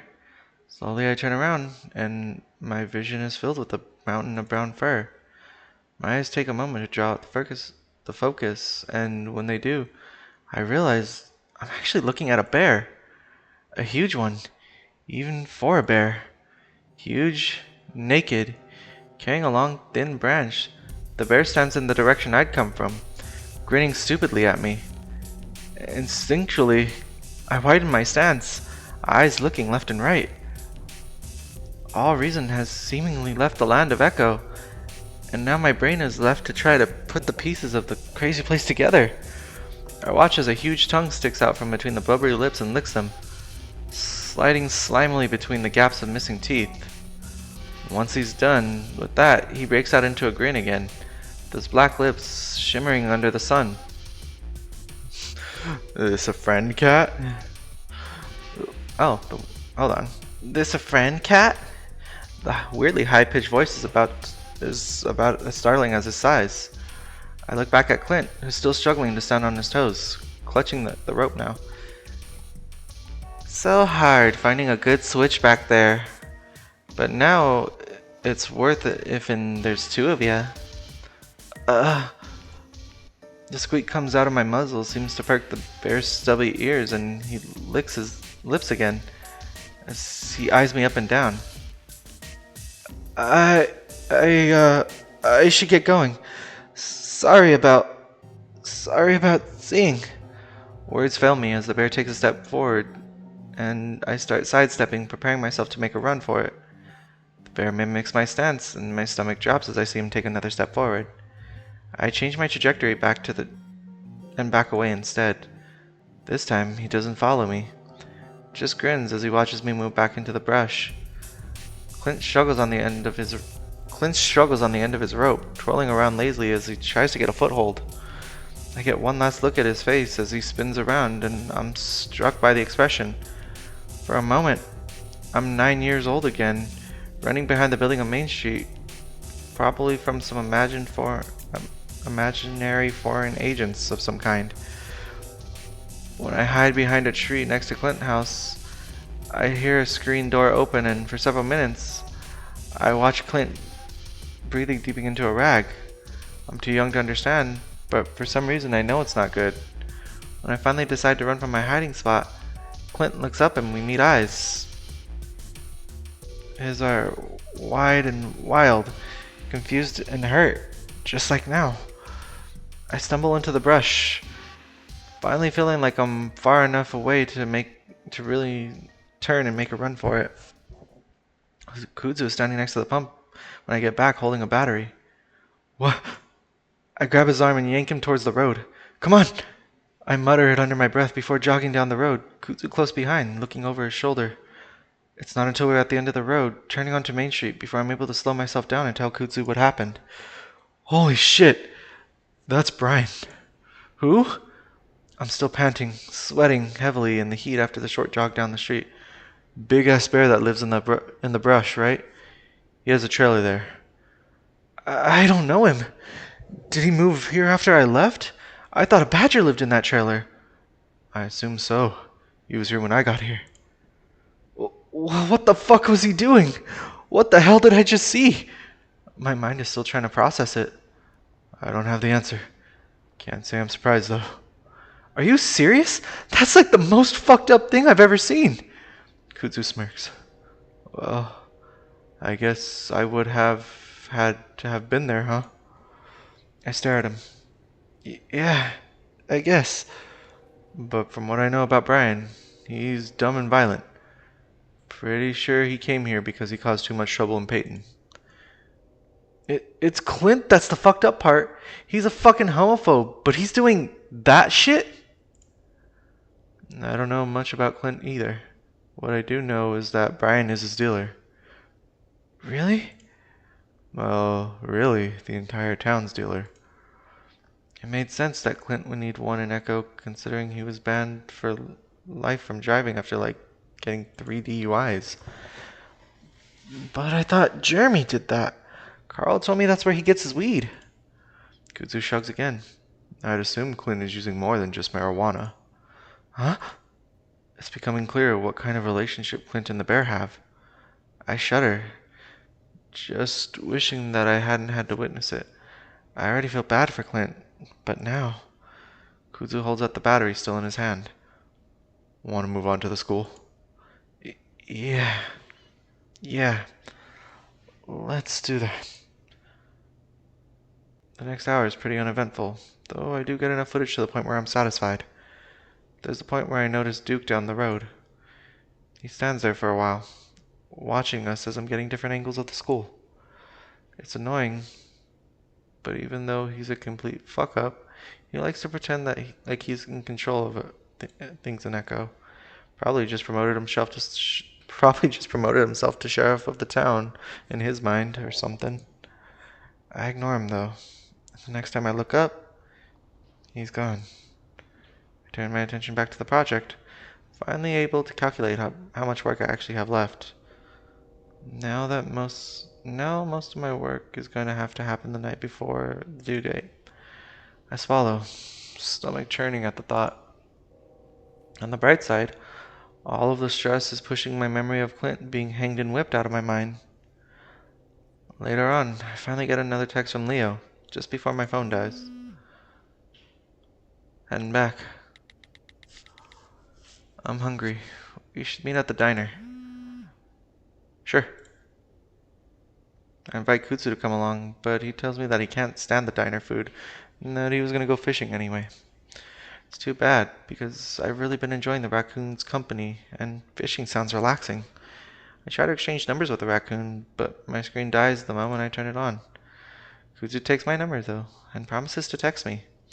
I'm feeling better walking to the diner, but then I remember what happened with Leo, and what I might have to do. Should I bring it up now? I don't even know where it'll end up going.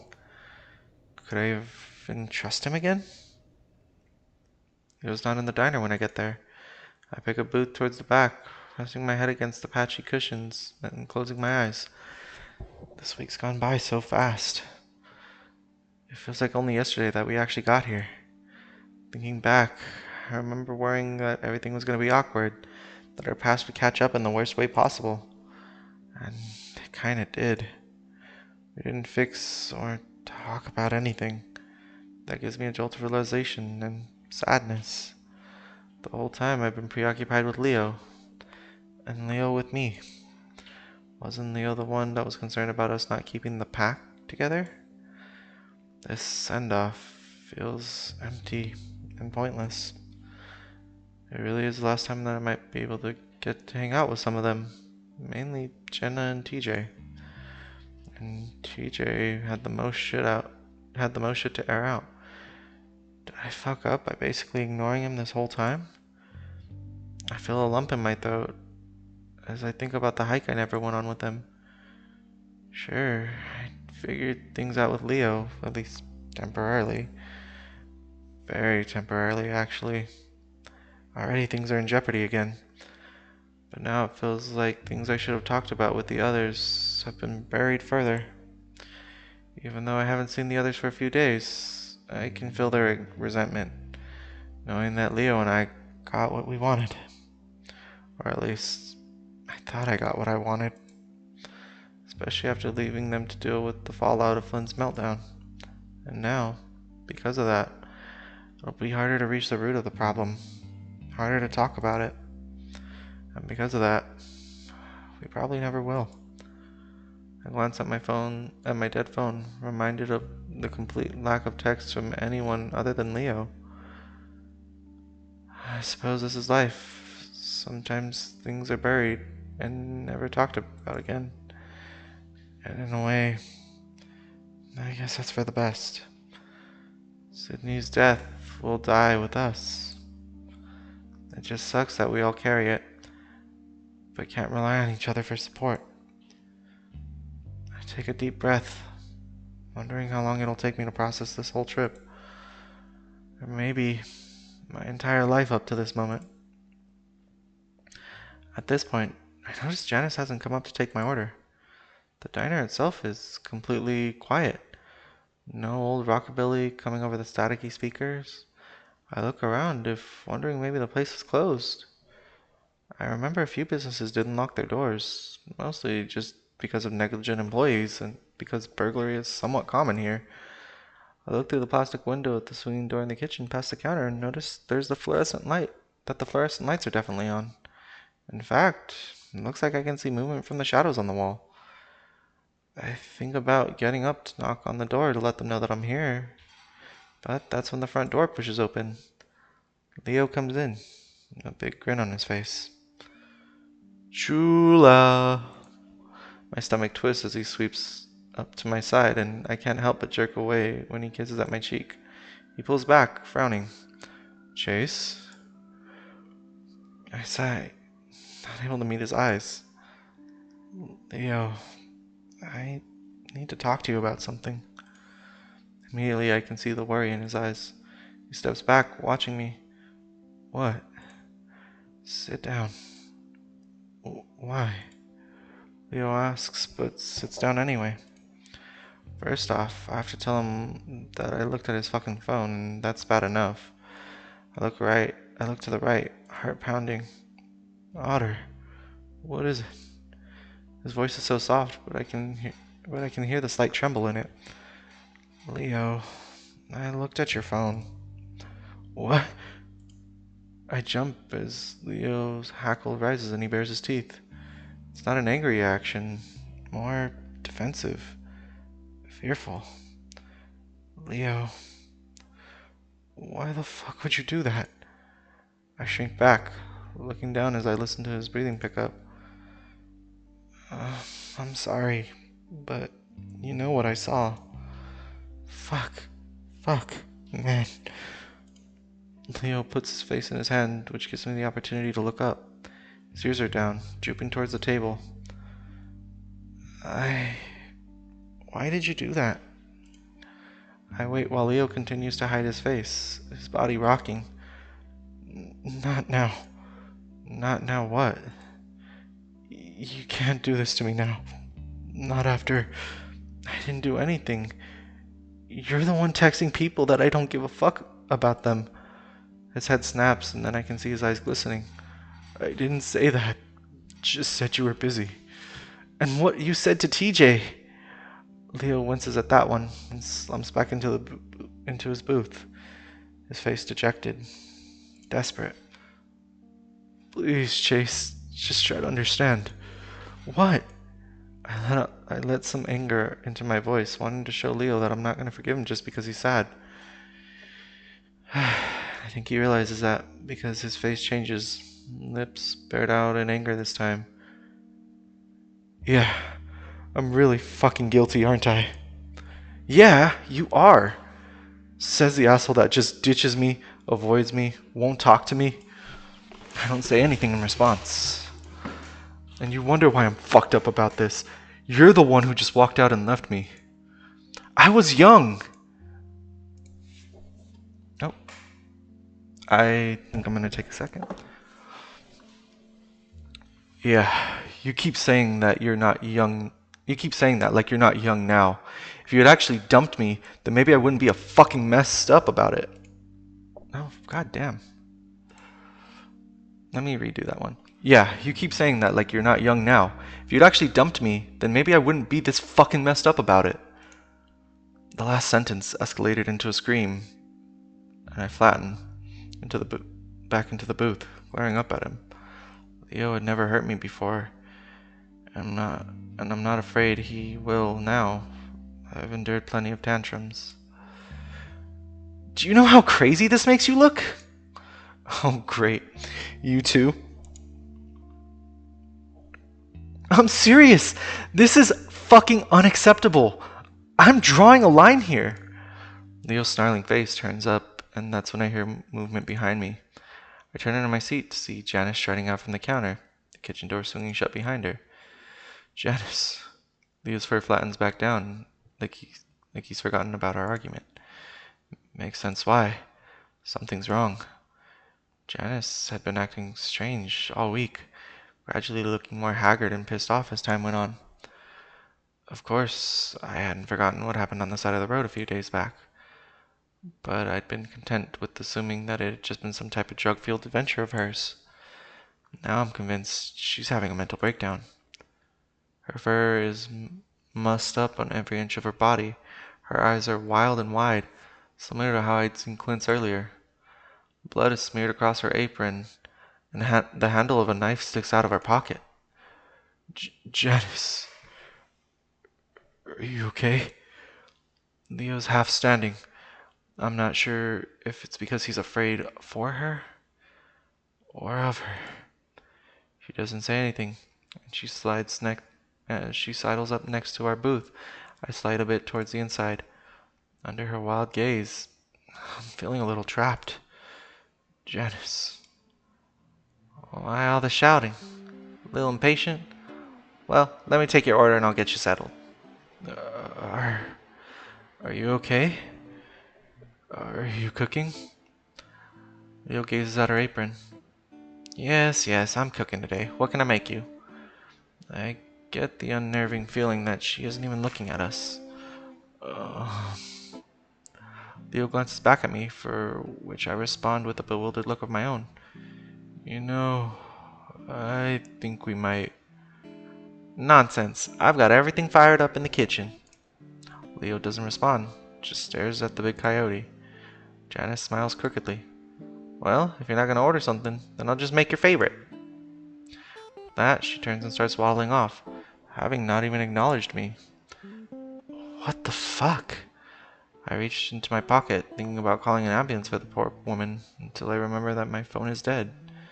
I whisper over to Leo. Should we leave? Maybe.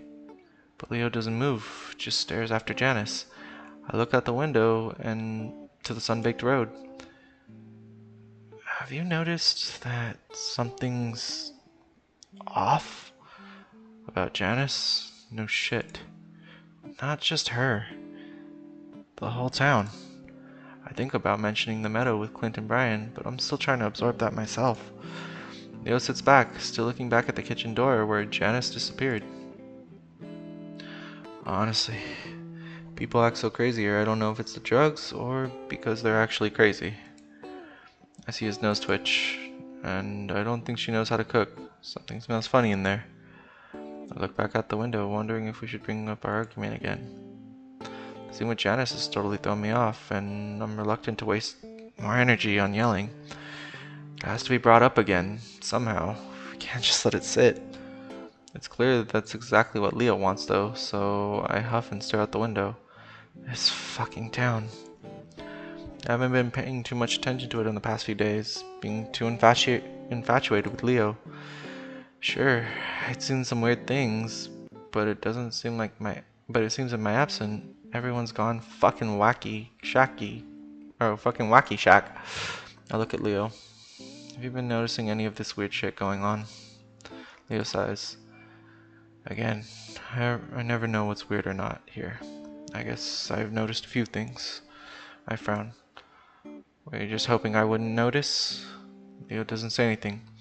Instead, he just goes on staring at the kitchen. Would he really just let me blindly move to this town when he knew everyone was going crazy? Looking out the window again, I notice a figure moving up the street jogging. A feline. TJ. Is that Teach? Leo glances out the window. Looks like it. Out for a jog, of course. The wolf turns his attention back to the counter as Janice comes out, a messy, dribbling milkshake in her hand. Hey Janice, what are you cooking back there? I glance out at the crazy coyote as she wobbles over at us, staring at the milkshake with wide eyes. Oh, you know, meat. Leo lets out a holler laugh. What kind of meat? I'll be honest with you, it's a bit tough and stringy. I lose interest in their conversation and instead look back out to TJ. I feel like something's off for sure. He's a ways away, but he looks kind of afraid. One of his hands reached out to bat at something. Something's wrong. I mutter it under my breath and I start to stand. Set on getting out there myself to see what's going on with him, but at the moment, a truck pulls into the parking lot right in front of our window. I find myself staring right at Duke. I also see something big in the back of his pickup. Brown fur head peeking over the roof. Duke.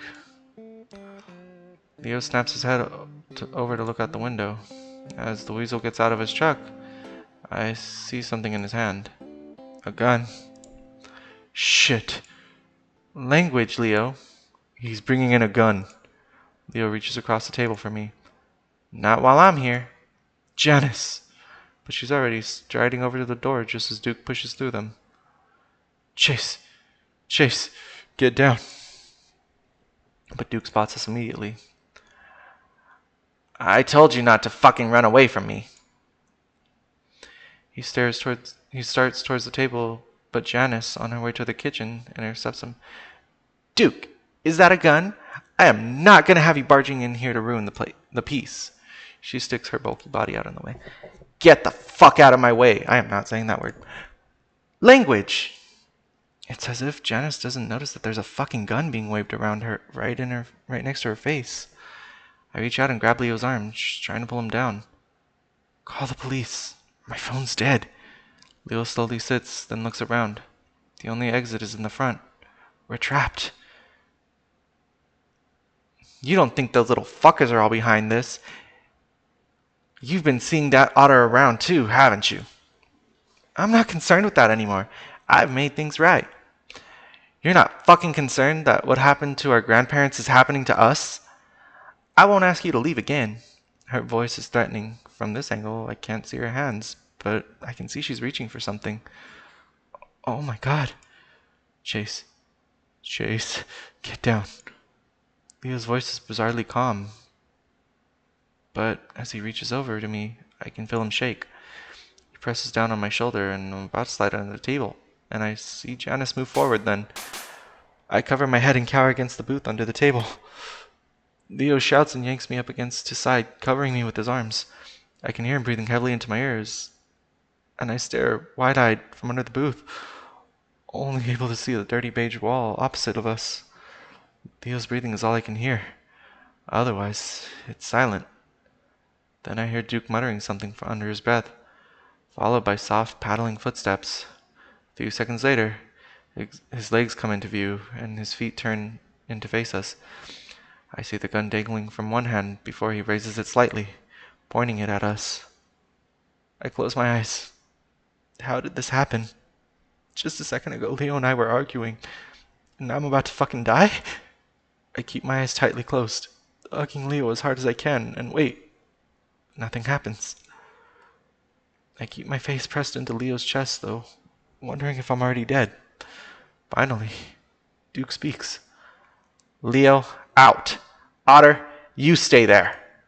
I feel Leo hesitate against me. Then his lips press against my ear. It'll be okay, baby. Just stay here. Slowly, he untangles my arms around him.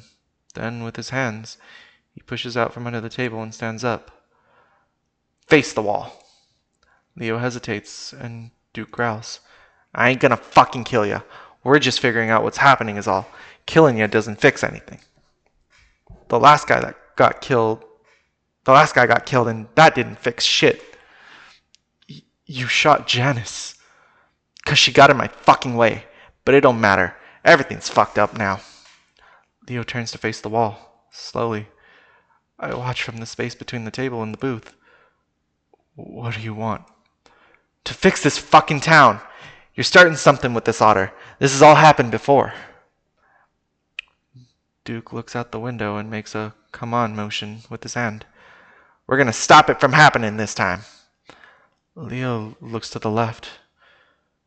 But you fucking killed Janice. I hear the wolf's voice break slightly. Won't matter in the long run. The door rattles as someone comes in. You got the zip ties? Hands behind your back, Leo. Leo looks at whoever just came in. Come on. Now! Slowly, Leo does as he's told. I see a pair of massive paws reach forward to bind the wolf's wrist. I swallow hard as I watch Brian pull the zip tie tight. Duke puts his forearm to his nose. Fuck! You stink. I hope you didn't kill that ringtail. We could use him. Brian just grins in response, his teeth yellow. My heart sinks as I think about Clint. Had he been wanting me to run? Why had I thought that him hanging from the tree like that was just a normal thing for him and the bear? Was he a victim of whatever crazy shit had just hit the town? That must have been what's going on. All of this is hitting at once. It can't be coincidence. Clint was probably just as scared as I am right now. Grab the otter and tie him up too. Just stick him in your trailer for now. My stomach drops.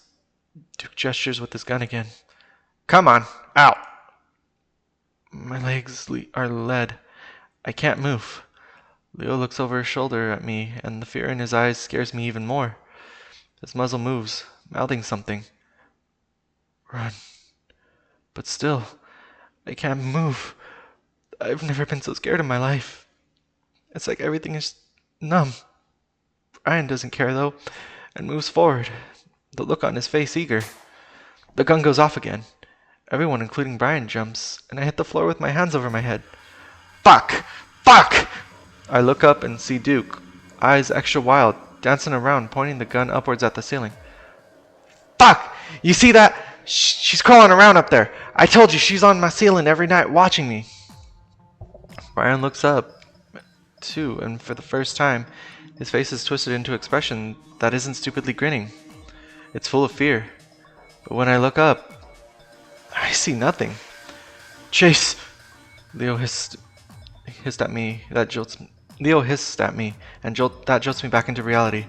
Without even willing myself to do so, I shoot out from under the table. In front of me are two exits, the front door and the kitchen door, which is closer. There has to be an exit in the kitchen, but I'm not sure of that. My legs are already making me run, though, and I have to choose now.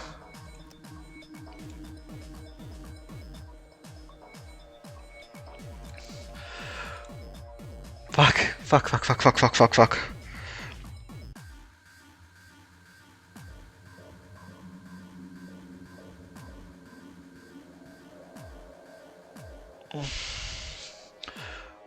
To the front. I have no idea if the kitchen had an exit, and there's no way I can risk it. Don't look back, Chase. Go as fast as you can. As I charge down the aisle, I almost trip over the large form of Janice. She's laying there on her stomach, hands outstretched. A smear of red leads to the knife a few feet in front of her. I don't have time to dwell on that as I leap over her body, then I charge to the doors. The bright sun and heat contrast heavily with the cool dimness of the diner, but I don't have time to wait for my eyes to adjust. I take off down the road, and a few seconds later, I hear the door smash. Something large and heavy comes right after me. I don't look back. I gasp and wheeze and I run up the road as I turn onto Leo Street. No one's around aside from the dual thumping and some distance behind me. It's completely silent. Something terrible has happened. And not just in the diner. The entire town. I'm not sure why. I decided to run for Leo's house, but my mind is numb and reasoning is gone. Briefly, I think about Kudzu, but as I run past his yard, I don't see any sign of him, and I don't have time to try his door. I slam into Leo's door, pushing it open as I do. I slam it back shut and lock it with a deadbolt, then take off down the hall for Leo's room. I hear the doorknob turning back and forth, and something heavy slams into it. I don't even know if Leo has a landline, and I look left and right wildly, not spotting a single thing that might be a telephone. I reach Leo's room, shutting the door, wishing it had a lock. Jumping to the outlet with my wall charger, I clumsily take my phone out of my pocket. It takes 3 tries to successfully jam the damn thing into my phone. Bouncing with terror, I watch as the screen lights up, giving me a battery charging symbol. Not enough power to power on. Something shatters down the hall and I almost piss myself. It's followed by silence.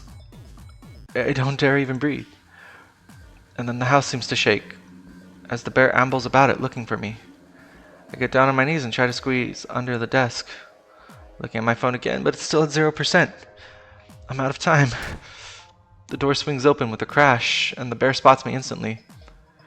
He rushes at me, and I let out an involuntary scream. I dive out from under the desk as soon as he's on top of me, and I try to roll away. He's big, but slow as hell, and I manage to get to my feet. It's at that moment that I realize that I remember Leo's gun. But just as my eyes flick in that direction, he lunges at me and it swings a huge fist at my face. I jerk back, but he still clipped my chin, sending me into a spin and my world into blackness. I stare at the floor, mind wandering in circles. There's heavy breathing above me. As I get to my hands and knees, something impacts my side. Hard, it sends me rolling into the wall. I stare at the ceiling, lungs broken as I writhe around for air. The bear obscures my vision, then reaches down to grab me by the shirt and yank me up. He stares at me, and I stare back before he swings me into the wall again, and my vision goes dim. He does it again, then again. On the 5th swing, the dimming finally turns black. The darkness that surrounds me is painful. I feel like I'm floating in a black sea, and nothing about it is comforting or peaceful. It's like a fitful doze when you've had a really bad fever. It feels awful and murky and sick. I feel my head tilt, and the lightning bolt arcs through my head. Try to open my eyes, but I only manage to flutter.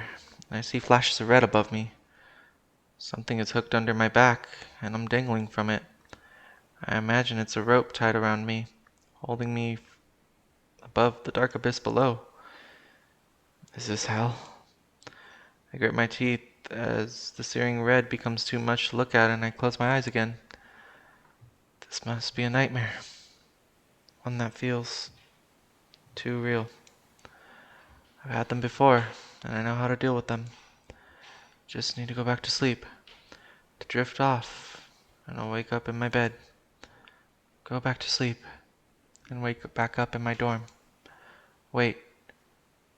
An echo. I try to think. Try to prod back into my memories. Where was I last? What was the last thing that I remember doing?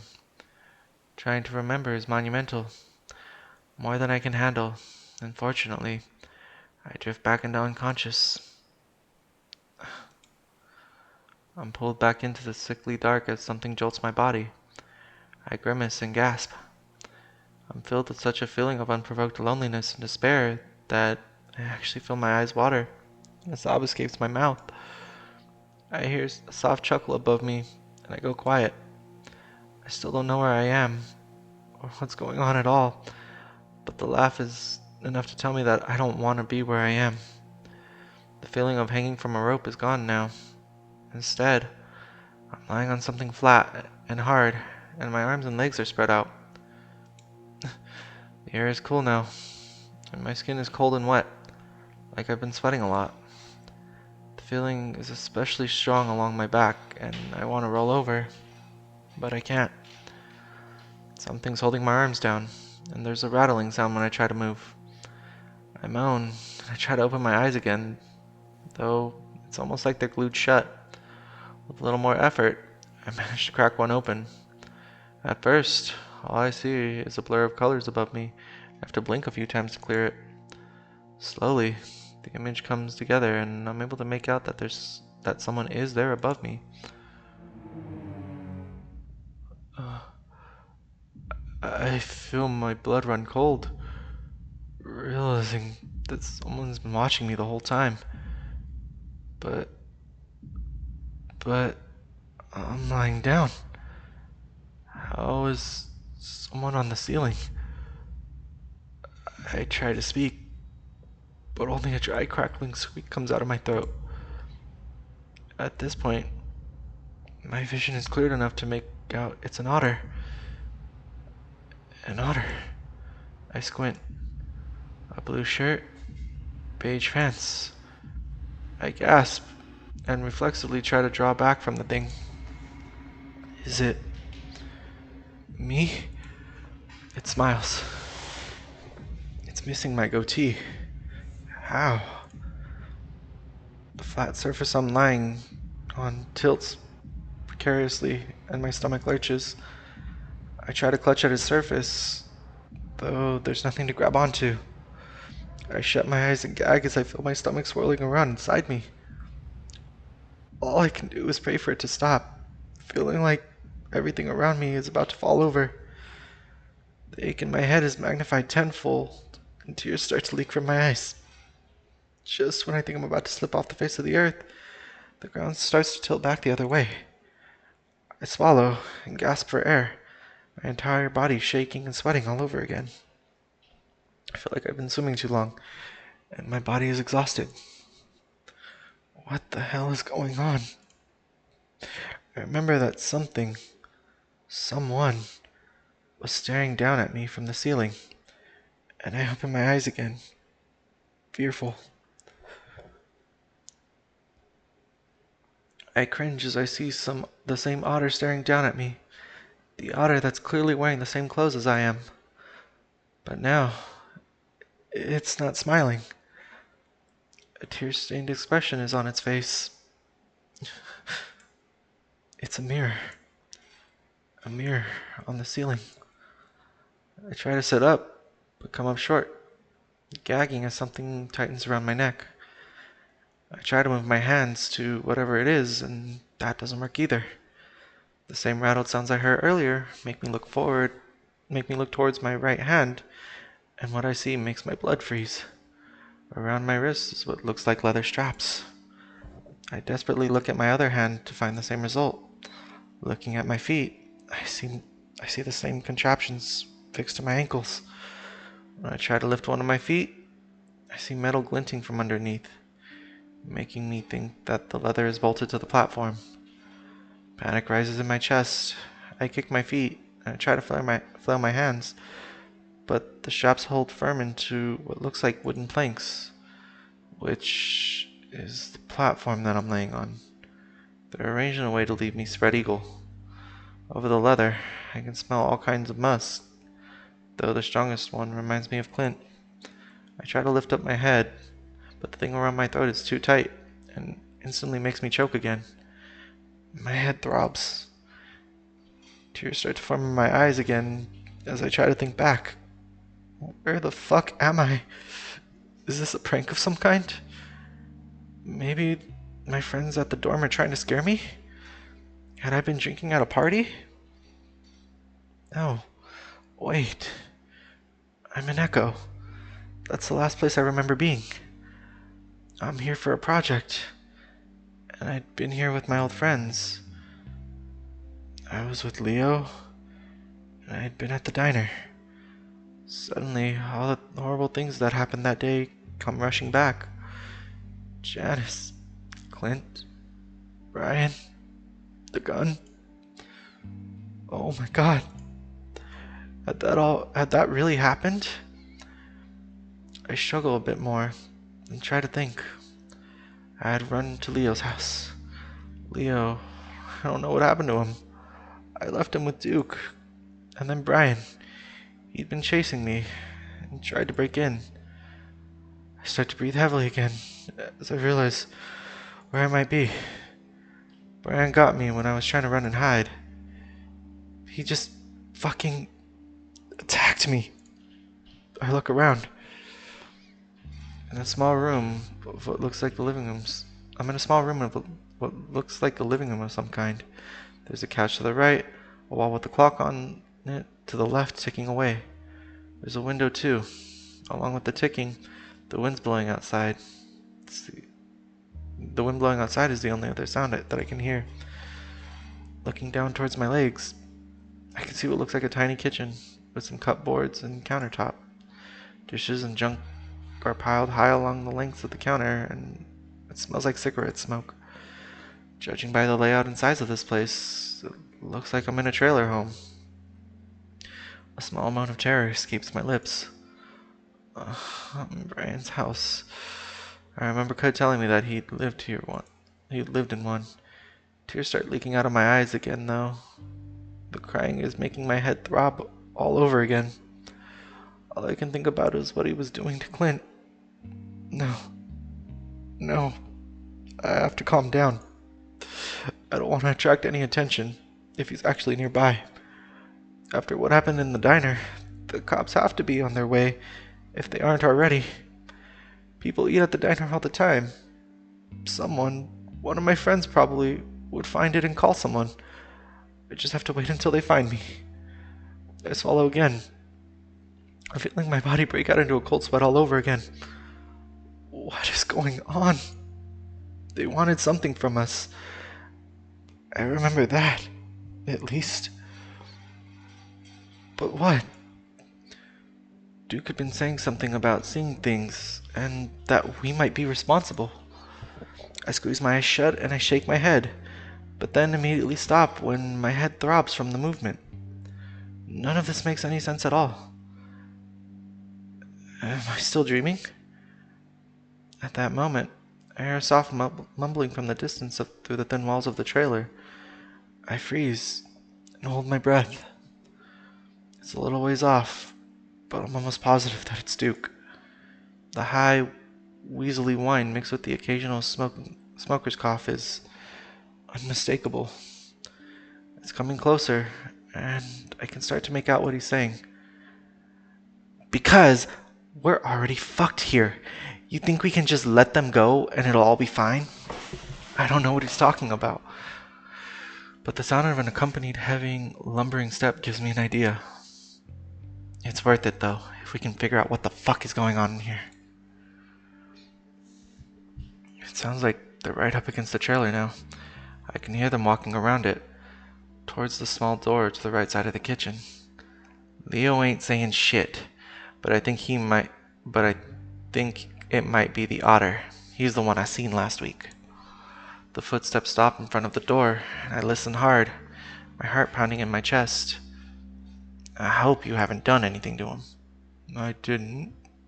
Oh, I didn't. Brian's uncharacteristically high-pitch sends a chill up my spine, my fur flaring out with it. You bet your ass you haven't, if you do any of your fucked up shit to him. I stop breathing, staring at my terrified expression in the mirror. What I'm saying is, we still got a chance to get out of this. What we've done is bad enough, but if we can get them to understand. They stop talking. That's when I hear Brian's heavy, labored breathing. I'm not breathing at all. Worried they'll be able to hear it even though they know I'm already here. I let out a gasp. I let it out with a gasp, and the door suddenly swings open. Duke comes up the steps, looking around before spotting me. Brian, you are one sick fuck. I tense up as the massive shadow appears behind him, and it feels like the entire trailer tips a bit as Brian makes his way up the steps. Brian's presence is so imposing and frightening that I don't even notice Duke is now right next to me. I jump when he sets a hand on my left arm. I jerk my head to look at him, wide-eyed. Hey, calm down. We ain't gonna hurt you.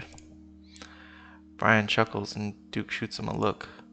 He turns his attention back to me, softening his expression, at least as much as he can, with his scraggly, drug-fucked face. We just need to get some information from you. I open my mouth to speak, but all that comes out is a dry squeak. Brian chuckles again and makes his way to stand to my right. I cringe away from him, the stench of old sweat as he grins down at me with his yellow teeth. Brian, get some fucking water. Brian looks at Duke with a strange face before turning back to the kitchen. Hey, don't worry about him. I know this thing. Duke taps on one of the boards with his finger. Looks bad, but we just gotta hold you here for a bit. He's a queer. He likes it. Damn it. Duke glares at him as Brian comes back from the kitchen with the ceramic mug. You're queer too. Brian visibly bristles and his face loses any sixth sense of humor it once had. Duke clears his throat. Things have been happening here, and we want to find out why. What? Duke furrows his brow, like a kid trying to figure out something difficult. You see, people ain't right in the head here. No shit. Duke seems to immediately read my thought process because he holds up a hand and shakes his head. Yeah, I know what we're doing ain't exactly right in the head either. Brian gives his dumb chuckle again, but I keep my face averted, partly because I really can't stand the smell. But we're all a little fucked up here. What I'm talking about is something else, like what you saw with Janice. I shift a little as I'm reminded about what happened at the diner. Is she dead? Duke looks genuinely sad. I don't know. And it's a damn shame. But you saw the way she came at me. That's the shit I'm talking about. I look at the weasel's waistband and immediately see the handgun tucked into his pants there. And I was hoping to stop it before any of this happened. But now, everything's gone to shit. Brian finishes for him, and I can feel him move closer to the platform I'm lying on. Again, I avoid eye contact, not wanting to provoke him in any way. Yep, and it's only going to get worse. Duke just looks at me. Like, that's all the information that I need. I don't know what you're talking about. I see a twitch of irritation in Duke's face, and I hold my breath. I mean, what's happening out there? Duke shakes his head. What's happening everywhere. It wasn't just Janice that lost her mind. Duke looks back at the window suddenly, his fur standing on end. I look too, but all I see are leaves and branches, and the late afternoon sun filtering through them. Duke's quiet for a while, and he starts to speak again without turning around. It happened to my granddaddy, my daddy, and now it's happening to me. I close my eyes, wondering if Duke is just as crazy as Janice was. If he does, I doubt he even... If he does, I doubt he even has a clue what he's doing right now. Dale's missing. Cynthia drove off into the desert. Duke turns around to look back at me. We saw your cat friend running down the street on the way here, saying that something's after him. TJ.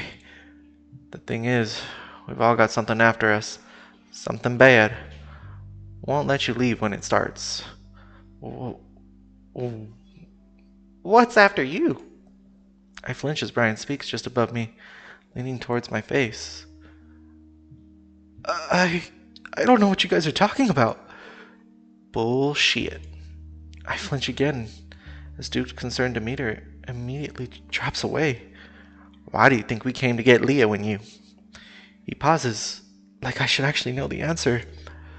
I feel myself starting to panic again with these two crazy hillbillies looming over my body. I don't know what... Duke slaps me and I gasp in shock. I saw you hanging around this fucking town before you even got here. Late at night, lurking around.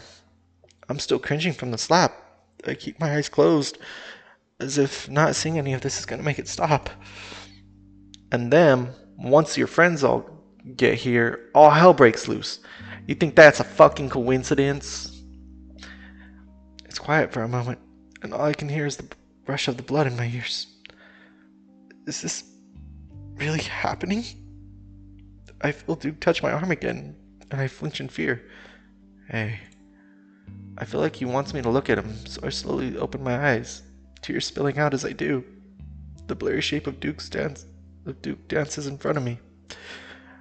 I'm not saying you did it, or that you wanted it to happen. I don't say anything because I still don't know what he's talking about, but I know I can't tell him that. It's just that you gotta know something. Anything that we can stop this. Duke starts to pet my arm, and I shiver. Brian is breathing heavy next to me, and I glance at him to show that his expression is more interested now, almost eager. Duke still hasn't answered my question. It makes no sense that they go this far to kidnap us. But why didn't you just ask us? Why all of this? I lift my hands weakly, making the platform rattle. Duke's face darkens. Because I've been asking Leo all week what in the fuck you guys are doing, and he wouldn't say shit. Duke stops petting my arm and scratches behind his head. And, someone told me that you would know. I stare at him. Ooh. Someone I know. And it makes sense. Something bad happens, and if you don't fix it, I won't stop coming after you. I shut my eyes and almost sob. Says they know, and I thought it had to be Leo or you, considering what we've been seeing these past few weeks. Duke pauses.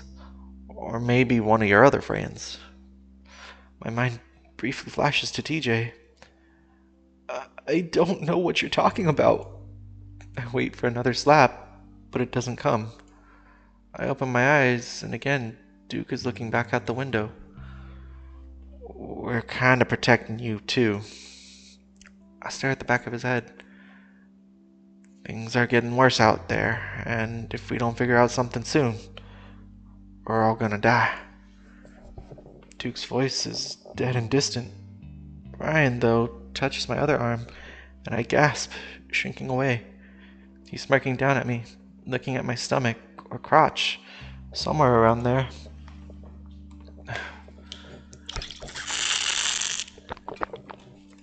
Brian, stop.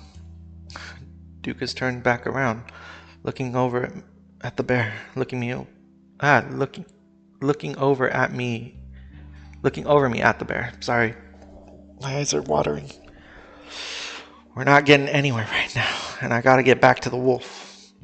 Even though Duke is the one that hit me, I'm terrified of the thought of being left alone with Brian. Duke sees my face. Don't worry, Chase. Even though you're lying to us, I don't plan to let this little pervert have his way with you. Brian snorts. Brian knows what'll happen if he does. Duke gives Brian a cold, callous stare. This time, Brian doesn't give him a stupid grin back. But you better hope your fuck buddy says something soon. If not, we might have to get mean.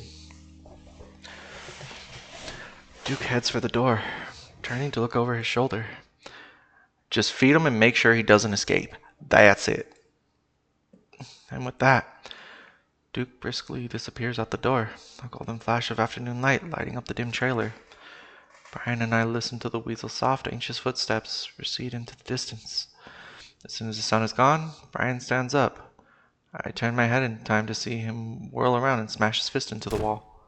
I jump as much as I can in my restraints before he does it again, this time slamming both fists against the wall. Fucking... Oh wait, he's got a high voice, right? Fucking bundle of sticks! He screams so loud that my ear immediately starts ringing. I think he's talking to me, so I brace myself for what I'm sure is going to be the worst moment in my life. But he stalks right past me, not even looking at me. Instead, he strides up to the kitchen counter. Once there, he picks up a dirty pan, raises it over his head before bringing it down with a crash. I hear a glass shatter before he does it again and again. Goddamn cock-sucking piece of shit! He throws the pan across the room to crash into the wall. I'll fucking kill him! I'll kill that fucking cunt! I stare at him, my eyes wide as I watch him stamp his feet like a little kid. Then he slaps himself across his face twice. After that, he closes his hand into a fist and punches himself in the head repeatedly.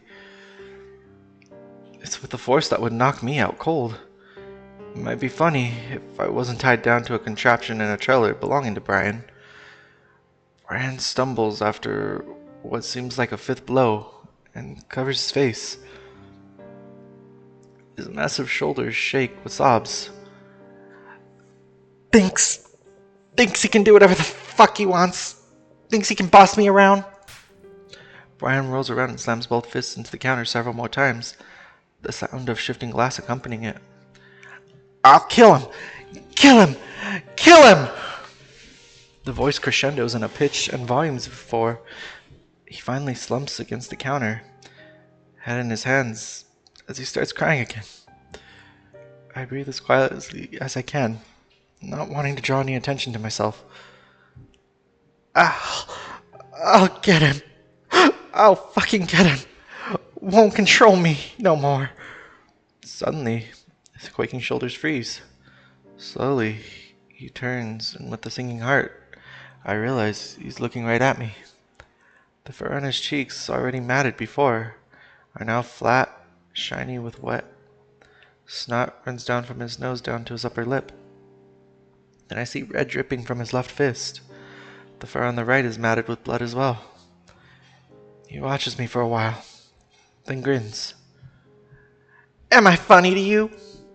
I open my mouth, but nothing comes out. He suddenly strides right up to the end of my platform, standing between my spread legs. I feel numb, the fear taking up every fiber of my being. I feel nothing else. You like seeing him make fun of me. I try to speak again, but still nothing comes out. I swallow. No. My lips are trembling, and my voice shakes. I've never stuttered so hard in my life. You know what I'd do to you if I could. Brian sneers down at me, the wet fur of his cheeks bristling out. Oh, I swear to God, I'd fucking tear your balls off right fucking now. He rests a huge hand on my crotch and presses down. I cringe and whine. Please. Brian's grin only gets bigger as he rubs his crotch with his other hand as he watches me wince. Oh, good. You already know how to beg. He leans forward towards my face, moving his hands to clamp over my mouth. And then I'd let you hang for hours. I'd hang you for hours.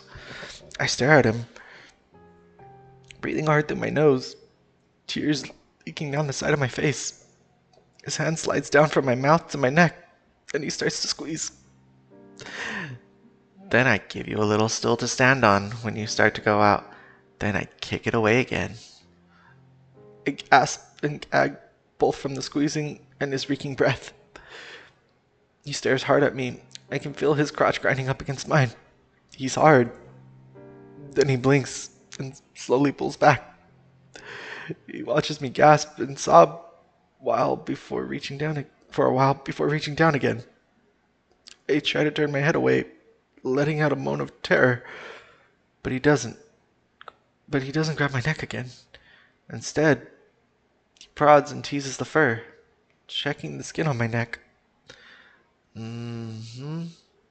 Better not bruise. If that fucking cocksucker saw that. His expression darkens again. If you fucking tell Duke about this. He raises his fist and I cringe. No, I won't. I swear. I turn my head away, eyeing his raised fist. He holds it there for a while, watching me. He seems to be calculating something, like he's wondering if he can get away with what he's about to do. Then he seems to make up his mind. Good. With that, he slams his fist down right into the center of my torso, just below my ribs. My vision flashes. I hear rasping, droning wheezing that I realize is coming from my mouth. It goes on until there's no air left in me, and then I can't breathe again. My vision goes black as I suffocate, writhing against the restraints, wanting to curl up into a ball and disappear. It feels like hours, days, before I finally get a sip of air. My mouth gapes as I try to suck it in faster. Brian is standing over me. I'm somehow surprised that he's got a worried look on his face. He probably thinks he killed me. But then my stomach starts to turn and lurch. Before I even realize I'm about to puke, a gush of vomit fills my mouth and I start to choke. Shit! Brian hurries to my side Brian hurries to my side, and as I'm giving a second heave mixed with a gag, he tips the platform over sideways. His huge paw pushes my face to the side to look at the ground as I watch it all spill onto the ugly shag carpet. When I finish, Brian slowly tilts the table back up, looking at me with disgust. At this point, I'm too tired to cry. Instead, I lay there in a gaze, occasionally hacking and coughing. Brian goes to the kitchen. Rustling around for a while before returning with some water and paper towels. He wipes my face and nose before tilting my head up to drink the water. Rinse and spit! He holds the mug until I do as he says, then gets down on his knees. I watch his head bob up and down as he busies himself with the mess on the floor, muttering about Duke finding out. I'm too numb to really care right now, though. Right now, I'm starting to realize that I might not survive this. Ryan calms down pretty quick after his tantrum. Once he cleans up the mess, he splays out on the couch and starts watching TV. It's some kind of cartoon about a pink cat, and he actually laughs along with the juvenile jokes. I'm assuming Pink Panther? While this goes on, I lay quietly on my platform, trying not to start crying again. My mind keeps wandering back to just hours ago, how everything seemed fine for the most part. I keep wishing I could go back to the beginning of the week. Thinking about that makes me sentimental. I'm longing to see Leo, TJ, Carl, Jenna, and even Flynn again. Where are they all at right now? Duke said things are bad out there. Are they all in some sort of trouble? In that case, the cops should be here by now. Someone would have gotten the word out, wouldn't they? If people were murdering each other, like what happened with Janice, there's no way that wouldn't be the case. Brian lets out another explosive laugh, wiggling his feet on the armrest of the couch. Earlier, he tried to feed me some dried cereal, but it was like cardboard in my mouth. After only a handful, I couldn't eat anymore. I'm just thankful that he's preoccupied with something else right now. There's a soft knock at the door, and Brian jumps, quickly changing the channel to golf before he gets up and lumbers to the door. He pauses, then rifles through some magazines on the small table next to the couch. He pulls out a handgun that looks cartoonishly small in his hands before making his way to the door. I weakly turn my head in the direction and watch as Brian opens the door a crack. He chuckles. World's going to shit and you're still coming here for more, eh? Brian pushes the door open a bit and I catch the sight of a skinny, malnourished polecat. Clint is looking up at Brian, appearing even more disheveled as usual. So, are we doing? Clint had stepped up on the first step and looked into the trailer, immediately spotting me. He stares, the shock on his face is almost comical. Brian turns to see what he's looking at as if he'd forgotten that I was even there. He gives a start before shoving Clint back out the door. I'm full today. I already got someone taking your spot. Clint's now in full line of my sight. Clint's now out of my line of sight, and I can hear him shuffling around in the dead vegetation. Please.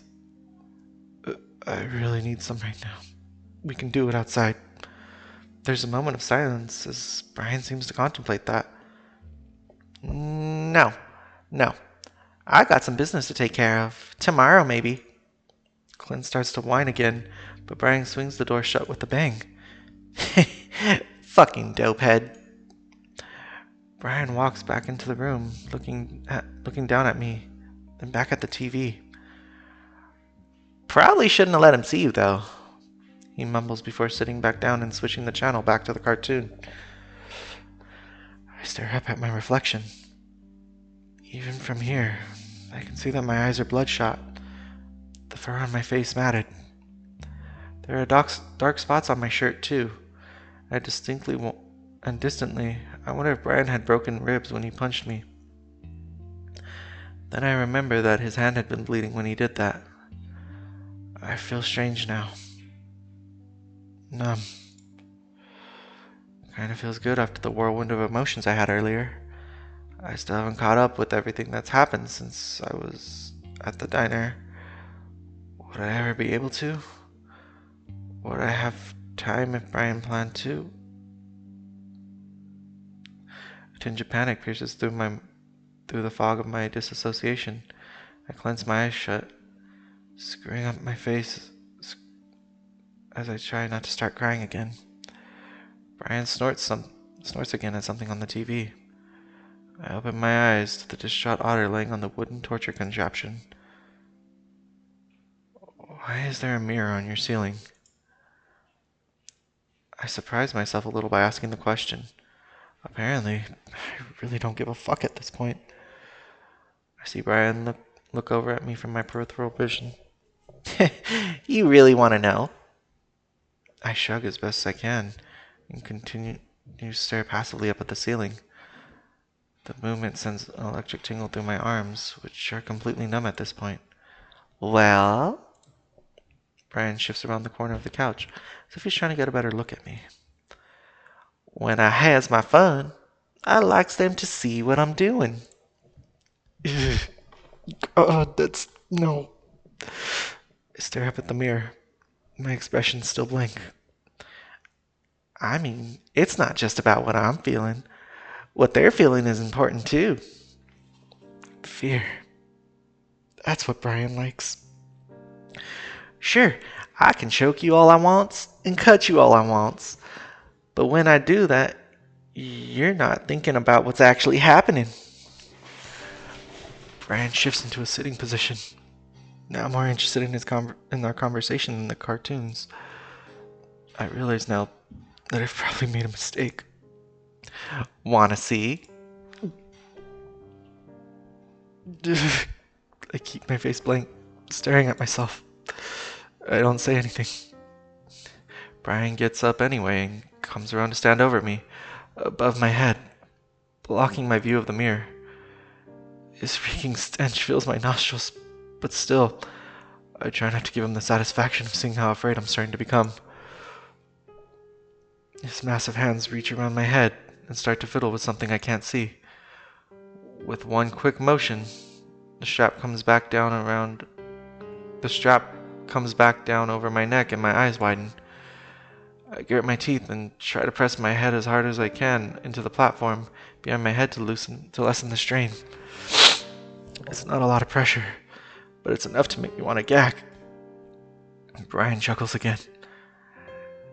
See, you're probably thinking about how it's hard to breathe right now, just trying to figure out how to make it stop. But Brian leans back, revealing a terror-stricken otter on the ceiling, his eyes bulging, his teeth bared. Now that you're seeing what's happening to you, your brain's telling you, yeah, this is really fucking happening. The leather squeaks a little as he pulls it down tighter. I start to writhe at this point, and I can see my tongue sticking out. My face, a mask of horror. You feel more, and that's what I lack. Brian comes back into my vision, his expression different. He's really searching my face now. He's looking for something. Maybe you like it too. Finally, with the final squeak of leather, Brian lets go, and I gasp hungrily for air. Brian pets my head while I cough, inhaling shakily. Hey, don't exaggerate. That was nothing. He moves away again, then slips back into the couch, pulling at his crotch. Your buddy Clint gets it way worse. I choose not to stare at a choking otter on the ceiling and instead look out the window, feeling fresh tears roll down my face. I'm not sure if it's from the choking or the black hole in my chest. I watch the leaves rustling around in the wind and think where the others are. Why no one's come to help me? Finally, I turn my head back to the ceiling. The blank expression has returned. Brian continues to chuckle at his cartoon, and despite myself, I ask another question. Have you ever killed someone? For the first time, Brian ignores me. I don't say anything for the rest of the day. I stare into the darkness. The only faint source of light is coming from the moonlit leaves through the window. It's been less than 24 hours since I'd been kidnapped. Still, it makes no sense that someone hasn't found me. Is what Duke said about the town true? I wonder what Leo's doing right now. If what he's going through is just as bad. I doubt it is. At least Duke seems slightly less unhinged. I give a soft trembling sigh, my head throbbing from the day's events. The thunderous snoring from Brian is literally shaking the platform I'm on, and though I drift off a few times, I can't sleep. He's right next to me, his stained couch apparently doubling as his bed. I shift around on the contraction for what feels like the 100th time, trying to get comfortable, when I feel something. There's more give in my right arm than I remember. In fact, it's incredibly loose. I pause, then experimentally wiggle my arm around before easily pulling my hand out from the restraint. I freeze in disbelief, not wanting to believe it in case it somehow isn't true. Painfully, I crane my neck to look at my right arm. Though it's dark, I can see that my arm is clearly free. Elbow on the board, hand in the air. I swallow hard, listening to Brian snore again, to make sure that he's actually asleep. I try to keep my breathing even, not wanting to make any more sounds than I need to, but I'm almost sobbing with relief at this point. Now I'm able to partially sit up and make short works of my left arm restraint. Fully sitting up now, I do away with the final 2 ankle restraints, slide off the table quietly. Brian is still snoring at full volume, and it covers up what little sound I make. Making my way over the messy floor, I find the steps, and try not to stumble down them to open the door. Incredibly, there's no squeaking and rattling as I do, and before I know it, I'm outside in the cool air. I run through the woods onto the road, sobbing with joy as I see Leo's house. The lights are on, and I'm running towards it. I think I even see Carl's horns through the window. I run up to the steps of the porch and bang on the door. Leo! Carl! I got out! Open the door! I try the handle and it opens, swinging inward to blackness. I stare, trying to comprehend. You really fell for that? I hear my own voice, but it isn't me that said it. Instead, it's higher pitched, like I'm hearing a voice recording rather than my own throat. Then I'm sucked into the blackness, slammed hard back down into the wooden platform. All at once, I realize what happened, and my heart feels like it drops in my chest. Of course, a dream. I'm back in the hot, stifling trailer, and it looks even darker than it did in my dreams. I close my eyes, and I start to cry quietly. It feels like I've just found out that I'm locked up in a psycho's trailer all over again. I turn my head and look out the window above Brian, longing for some daylight. And then I see 2 wide eyes set against a black face staring back at me. I jump. What in the fuck? Am I still dreaming? Then I see 2 beige-colored ears above the head. Kutsu? I gasp again, quieter. I'm overcome with relief once again, but the fear that I'm still dreaming is almost overpowering it. I wave my left hand as much as I can, but I'm not sure he can see it. I realize that none of the light in the window is falling on me. Kutsu moves to the side, then back again, squinting, clearly trying to see inside. I think about making a noise, calling his name, but I have no idea how deep of a sleeper Brian is. As if on cue, Brian gives a loud snore and rolls over. Kutsu seems to have heard it, his big ears perking up before he ducks down. My heart hurts just losing sight of him, and I strain at my bonds. Brian seems to be waking up, though, mumbling something in his sleep. No, you're dead. I pull with my right arm again, in case the dream had been onto something. It doesn't budge. Fucking hell. Not saying that word. Brian's really starting to kick around now. This massive form rolling over onto his stomach, rubbing his face into the pillow. He starts to make a loud gasping sound, and he gets to his knees on the bed. Back off!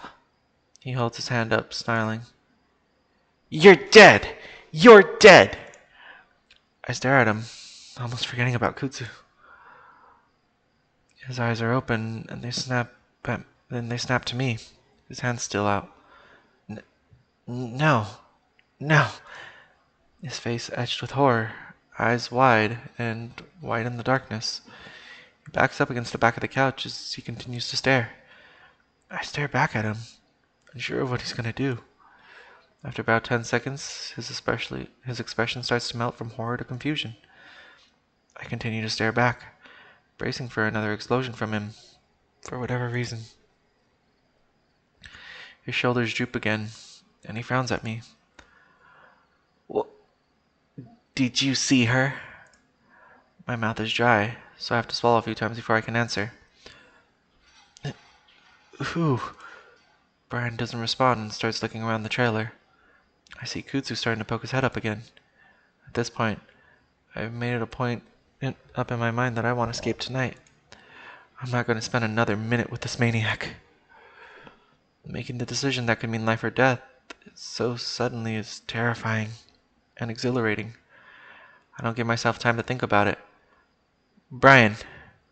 He doesn't answer. Starting to get up and look around. Brian, I have to go to the bathroom. Brian sighs as he flips on the light. Kudzu drops out of the view again.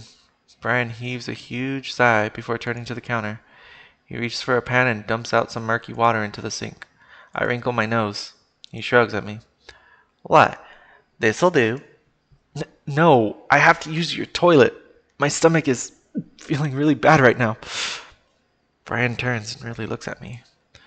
Like what? You gotta puke. I shift on the platform.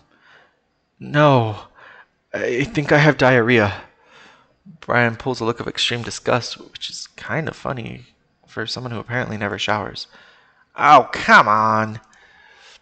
He glares at me like it's my fault that I might be sick. He looks around, then looks back at the pan. Bear seems to quickly regard that idea and sets it back up on the counter. He comes next to me and starts to undo the restraints. If you try anything... No, I promise. I just really need to go. Brian grumbles and he starts to roughly undo my restraints. I take care not to look at his crotch, as it's pressed uncomfortably close to my face. As he pulls my right arm, I gasp in a shock of pain. Feels like a million needles are poking through it, and he pushes my arm down next to my body. Wait! Fuck! Brian pauses as he watches me grimace in pain, and I worry he's getting off to it. At the moment, though, there's some rustling next to the window, and I try to groan over it. Oh, fuck! The bear looks at me, bewildered and annoyed. What? Now my dream seems even more ridiculous that I'd so easily been able to run off. Everything's fallen asleep. Just take it slower. Brian sighs even louder and gets to work on my left arm anyway. This time, he doesn't yank my arm out though, and he lets me slowly move it on my own. It's not nearly as bad as my right arm, which is still violently tingling, but I have to grit my teeth as I move it to rest on my chest. Luckily, my legs are fine. I'm able to move them easily after Brian takes them out. It makes me worry about what I'm going to try since I'm not nearly as strong as I should be. Brian's clearly on his guard as he helps me sit up from the contraption. Keeping his distance, he holds onto my arm. I sit there for a moment, letting the circulation return back to my limbs as I try not to fall over from dizziness. Brian finally gives a growl of annoyance and pulls me off the wooden platform. I realize this is the moment I have to make my move. There's nothing nearby for me to grab, so instead, I swing with everything I have to smash my fist against the side of Brian's face. Something cracks in my hand and runs up my arm. I gasp and cringe as Brian grunts. Brian pauses slowly, bringing his hand up to feel the side of his face. I guess I hoped that I'd be able to knock him out with one punch, but doing that as an otter to a bear, especially a bear like Brian, would have been quite the feat. Brian does seem stunned though. That's all I need to take a huge breath and scream as loud as I can. Kudzu! Brian whirls on me, swinging his fist along with him. I duck immediately, covering my head with one arm. The other's still locked in Brian's grasp. He only partially misses, his fist catching the top of my head and my arm. It knocks me to the ground, and I sit there in a daze. I don't have long to collect myself because Brian is pulling a foot back to kick me. Shut up! I roll onto the side and start trying to back away while I'm crouched, but Brian yanks me up by my arm, my head jerking back with the force. Now I'm starting to wonder if Kudzu ended up leaving. If that's the case, I'm definitely dead because there's no way I'm gonna break his grasp. As I'm thinking this, the door bangs open. Brian is in the middle of drawing his fists back when it happens and he freezes, looking over at the door. Kudzu stands there, his eyes wide behind his black mask, chest heaving. He's scared, I can tell, but Brian's shot gives me the opening I was looking for. I reach between his legs and grab his balls. Weirdly enough, the first thought I have about is how fucking big it is. It takes both my hands to wrap around it fully, and when I do, I twist and yank down as hard as I can. I pour all my fear and anger into one attack, snarling as I do. The scream Brian lets out is so high-pitched, it feels like every glass in the trailer is about to explode. This attack is all I have left, so when his retaliation comes, I don't have anything to defend myself. Luckily, it's not a punch or a kick, but rather, he grabs the fur on the back of my head, along with my shirt, and tries pulling me back up. My face stretches back as I stubbornly hold and just yank down even harder.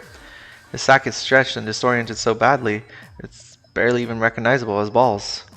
His screaming suddenly cuts off with the sound of a deep, sickening smack. Immediately, Brian's body crumples back onto me as he falls to his hands and knees. It happens in a way that he's flayed over me, his face inches from mine. I have to smell his gag-induced breath before the sound happens again. This time I see Kudzu swinging something down hard from overhead and Brian's head jolts. I watch as his eyes lose focus on me and he slumps down.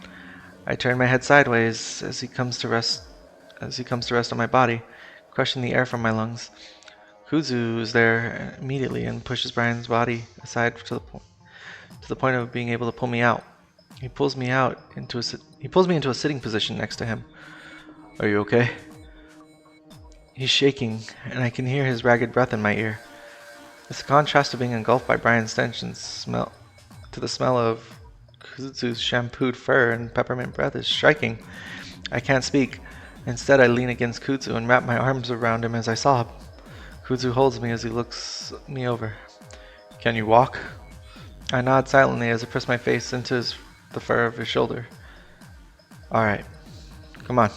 We can't stay here. He stands slowly, keeping me in the embrace as he guides me towards the door.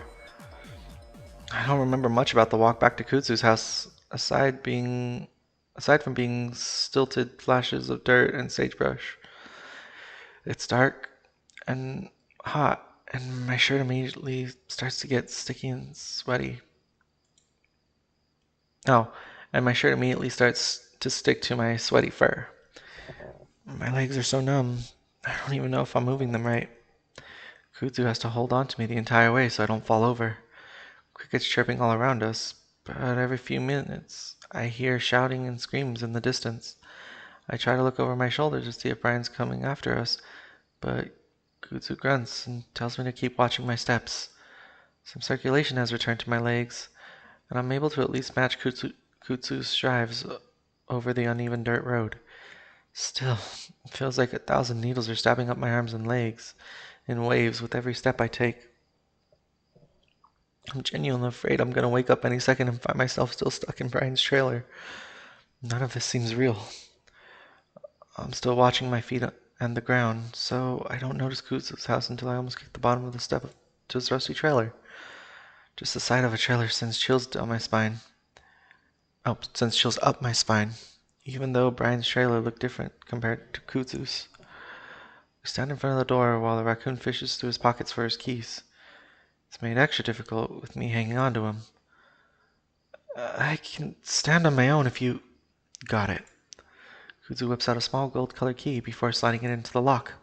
Once we're inside, Kudzu immediately kicks the door closed behind us before reaching back to turn the deadlock. The inside of Kudzu's trailer is the opposite of the exterior. It's bright, lit, and tidy. Nothing like Brian's place. It's a little cramped as any trailer would be, but the furniture is arranged neatly and the kitchen is spotless. Everything looks way newer than the trailer is on the outside. I imagine the raccoon did a lot of work to get it to look like this. Kudzu quickly guides me to a small love seat and makes as if to lay me down.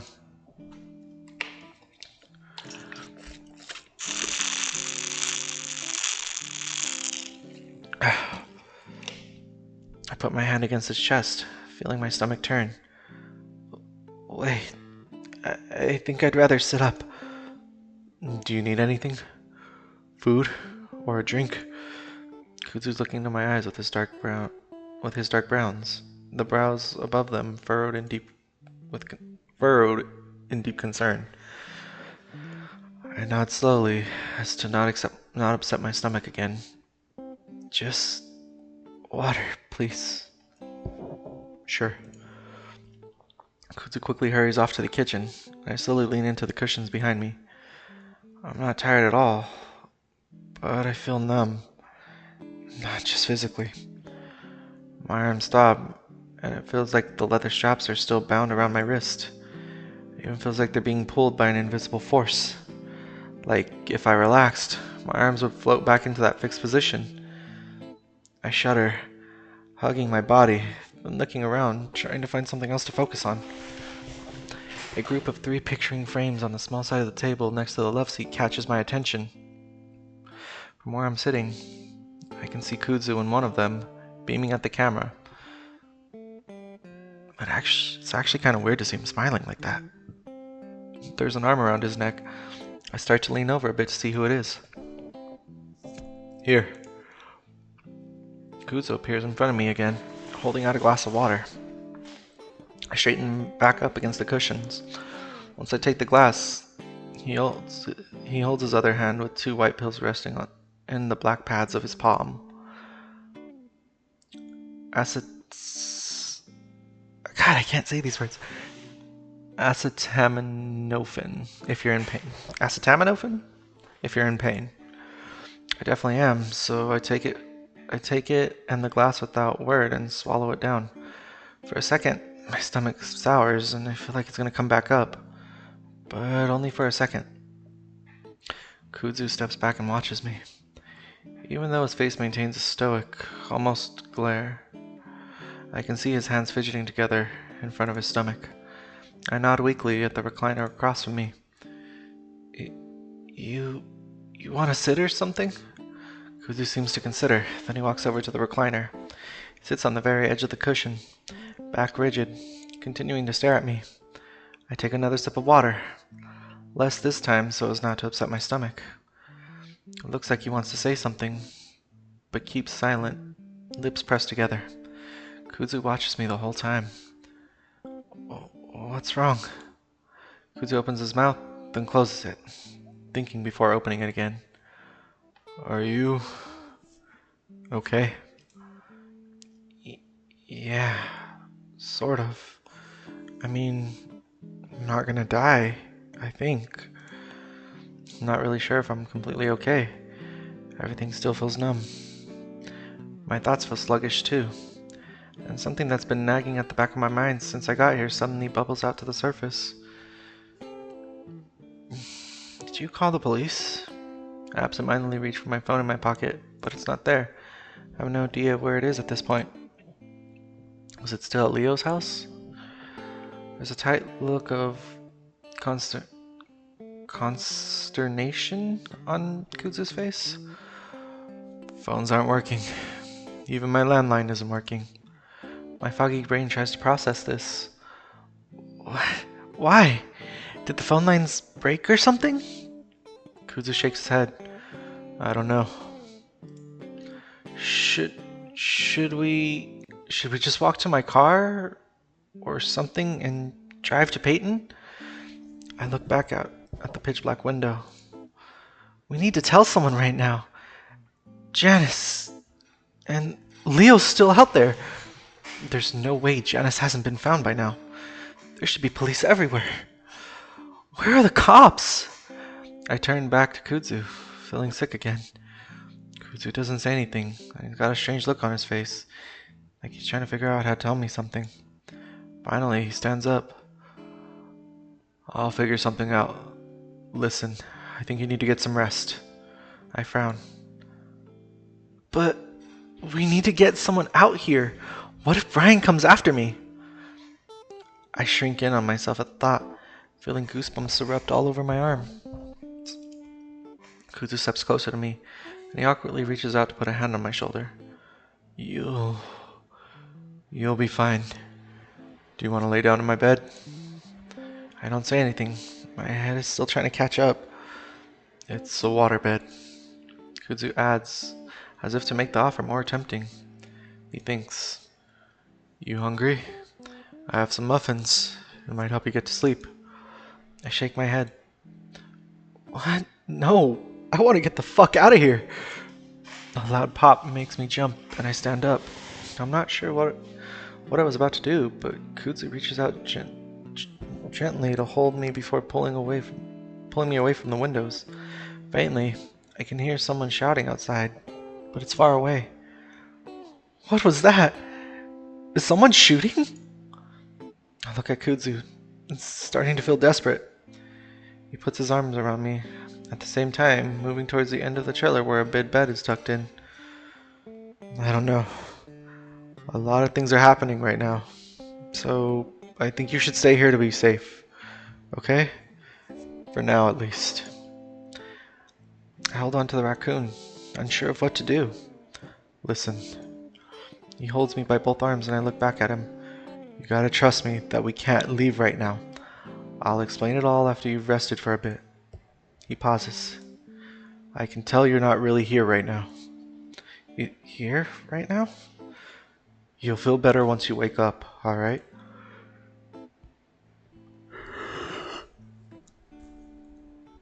The thought of laying down is tempting, despite feeling like I'm going insane. If I sleep, I don't have to think. Just blank my mind and rest. My head is buzzing, and I feel like laying down might straighten things out. Kuzu gently but firmly forces me to sit down on the bed. Despite his slender build, I can feel the strength in his lean muscles. But what about Brian and Duke? Kuzu slowly pushes me back down onto the bed, the water underneath the surface sloshing faintly. I haven't been in an actual waterbed for years. Carl used to have one. Where is Carl? Where is everyone? I want to get back to the motel and find my friends again, but Kuzu seems adamant on keeping me here. I got Leo's gun. Saw it on the ground when I went to check on you guys. Must be able to tell from the look on my face that I'm not at ease because he reaches out again to rest a hand on my chest. It's still awkward, but it's comforting at least. I'll be here all night. Nothing's gonna happen. That does make me feel better. At least well enough to maybe get some sleep. Okay. I stare at the ceiling as I lay back. I still feel numb, but in a way, that helps me blank my mind. In what feels like less than a minute, I pass out. I feel like if I keep walking along the train tracks, I'll be able to find my way out of here. I make sure to walk in the middle, using the planks as stepping stones. The steel rails on either side of me feel like some sort of barrier, a protection to whatever it is that's out there.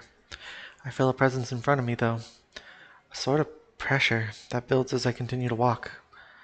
Looking up, I can see that it's coming from a weird grove in the trees that bunch up around the train yard. Something is crouched in front of the grove, staring at me from the trees. I keep walking, though, because, for some reason, I don't feel like I have anything to worry about as long as I stay on the tracks. I notice something else behind the hunched figure. A few bulky objects hanging from the trees. I know what they are before I can make them out.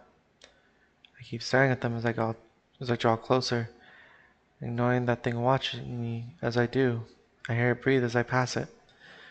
And I can see there are several bodies hanging from the trees. They're of all shapes and species. Some hang by the necks, others by wrist or ankle. One of them passes me within a few feet, and I notice that it doesn't have legs. Both of them are cut off at the thigh. It's a wolf, as he dangles by one of the stumps. Blood stains his dusty cream-colored pants and shirt all the way to his face. As I pass him, he slowly turns the rope, as if following my progress. I look down at the corpse's face. The mouth's open, eyes wide. Looks like he wants to tell me something important. I can feel my body again, but it's numb and heavy. Slowly, I open my eyes and see the beige ceiling of Kudzu's trailer. I flick my eyes to the right, and I see that Kudzu's there, but only his back. He seems frozen, like he's in a photo. He's not even breathing. I can't see the window very well from here, but from the small corner I see eyes. When I wake up, Kudzu is next to me in the bed, his back to me, one of his ears folded under his head.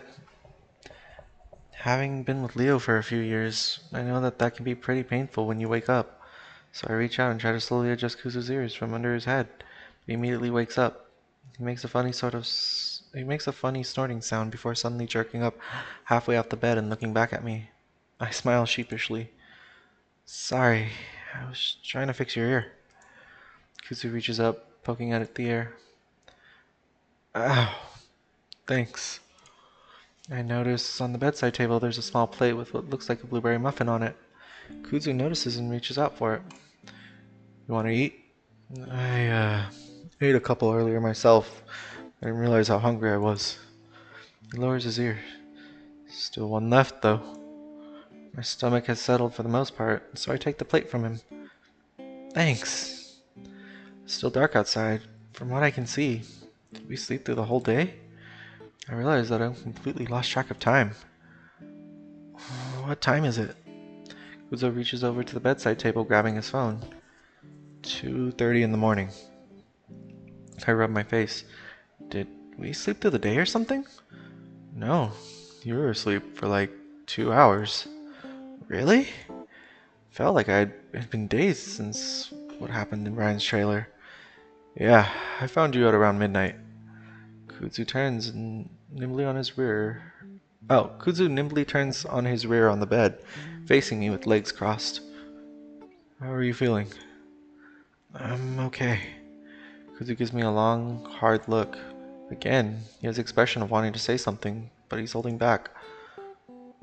What is it? Kuzu lets out a breath. Listen, I'm not gonna ask what happened with you and Brian, but if you ever want to talk about it, talking about Brian is the last thing I want to do, and I can feel the thread of violent shivers coming up my spine just thinking about him. Kuzu reaches out one of his black hands to rub my shoulder. Awkwardly, and comforting as always.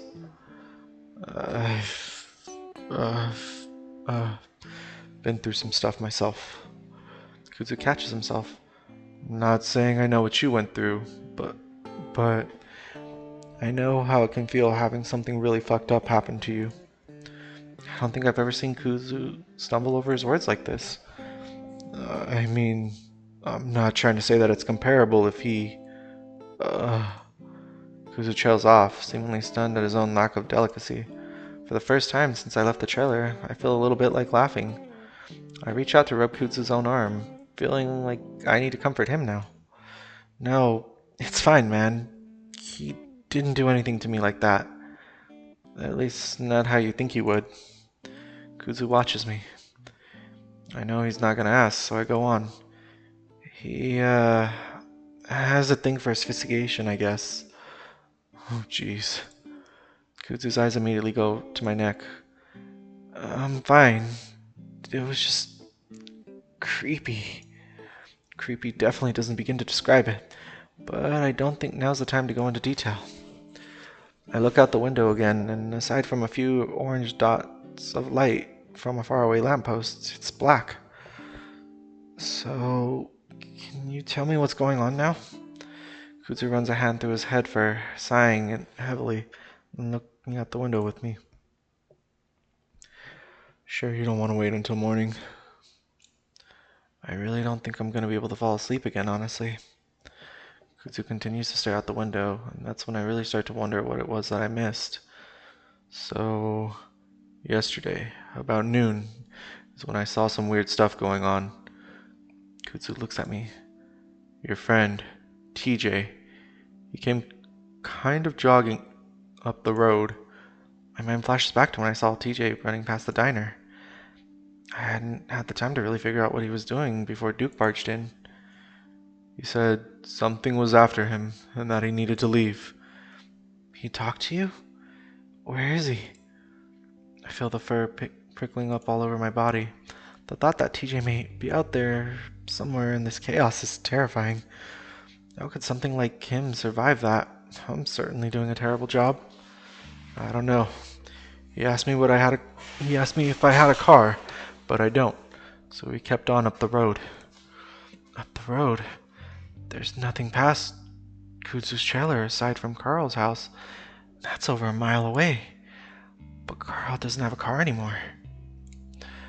Maybe he's just staying with the Ram? I hope that's the case.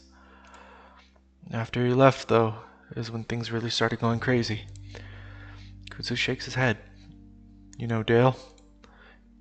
Yeah. Dale is the only other otter in town now that my family has left. He was walking up the road with a fucking shotgun, pointing it around and stuff. Is that out of the ordinary for Dale? I want to get back on topic of TJ. If he went up the road away from town, we could still find him. But he was bleeding. Had cuts on his leg, and his jeans were all ripped up. Oh. But he knocked on my door. I didn't open it. But he yelled, saying that there's a meeting in the center of town. What kind of meeting? A fucked up one, apparently. Anyway, I went over to Leo's house to see if he was home. Then I saw the window. Kudzu rubs the back of his neck. His ears lowering. Obviously, I knew some bad shit had happened, but I had no way of knowing what. Anyway, I went to the town center hoping I'd see you two there. But just getting there was crazy. Kudzu looks at me. Jeremy's house is burning, and Janet's house looks like it had been broken into. Jeremy's house? That was Jenna's house. Didn't run into anyone until I got to the townhouse. The whole thing is just getting bigger and bigger. While I'd been in Brian's trailer, everything had been falling apart. But why? What's going on? Kudzu shakes his head. I still don't know. I still don't know that, even after they told me. Who? The older guys. Mark and the mayor said something about this having happened before, and that it was our turn or something. Our turn? What does that mean? Kudzu shakes his head again. I don't know. They just said that it happened to their grandparents, and that we had to be ready. Ready? Did they tell us what to do? Said to pray. Is that all they told you? Basically, acted like there was nothing we could do about it, and Kudzu pauses. What? They also said we can't leave, and showed us a body. Kudzu stops talking. I stare. Like a dead body? Kudzu swallows and nods. What is going on? I feel my voice rise in pitch, and Kudzu puts his hand as if trying to quiet me down. I don't know. But there were cuts on the body. They said we can't leave because something out there will try to stop us if we leave town. I stare at Kudzu.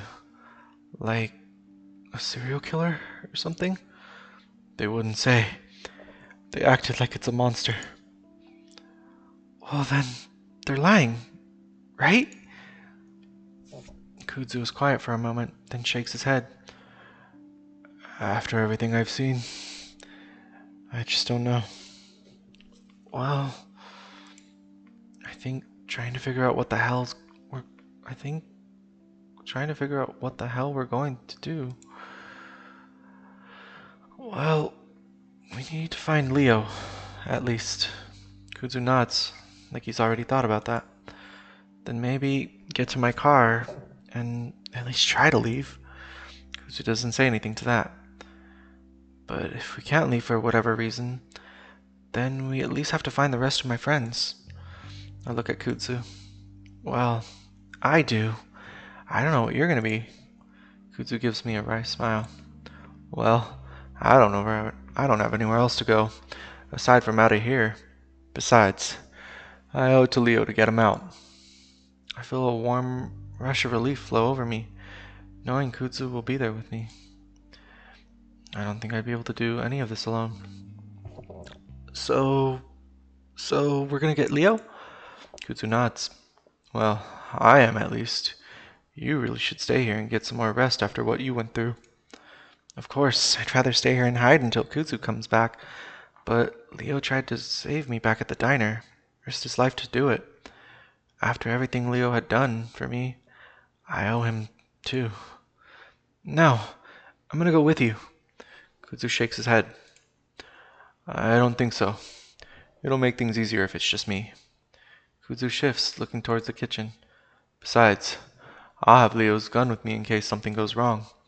He was my boyfriend. I can't just sit there while you save him. Kudzu pauses. Listen, I know Leo and listen, I know Leo, and I know he'd never want me to bring you into something like this. Yeah, well, Leo not wanting me to do something never stopped me before. Getting defiant like this is making me feel better. It gives me a purpose again. Kudzu looks like he's about to shake his head again, but I continue. Besides, it might help things. One of us could go in while the other distracts Duke or something. Kudzu looks unsure, so I press my advantage. And if something goes wrong, one of us would be there to help the other. Kudzu pulls out one of his whiskers. Maybe, if it's just Duke there. He might not even be there. He might be at Brian's trailer, or somewhere else around town. Kudzu sighs, then looks me right in the eye. Are you sure you want to do this? I'm not, but I nod anyway.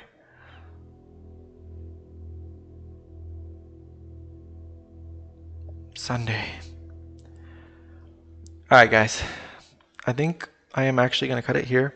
I know things are starting to get crazy, but I've been at this for 3 hours. Whoops. I just gotta remember that it's save number 3. Sorry, it's taken a lot out of me to try to voice Chase while he was tied up. I was really uncomfortable trying my hardest not to break character, but I think for right now, this is definitely a good spot to end it. I was kind of waiting for a segue like this, but yeah, I just hope everyone's okay. And even though Leo has been doing some terrible shit, I hope he's okay too. But yeah, maybe tomorrow I'll do another stream, or maybe later on today when I'm feeling a little bit more cheerful. I think reading this part has really taken a lot out of me in not the best way possible. They were right. This game is good, but it's definitely mentally draining. Anyway, I think I'm going to cut it here, and I will see you guys the next time we really explore the echoes of whatever the hell's going on in this town. Catch you later.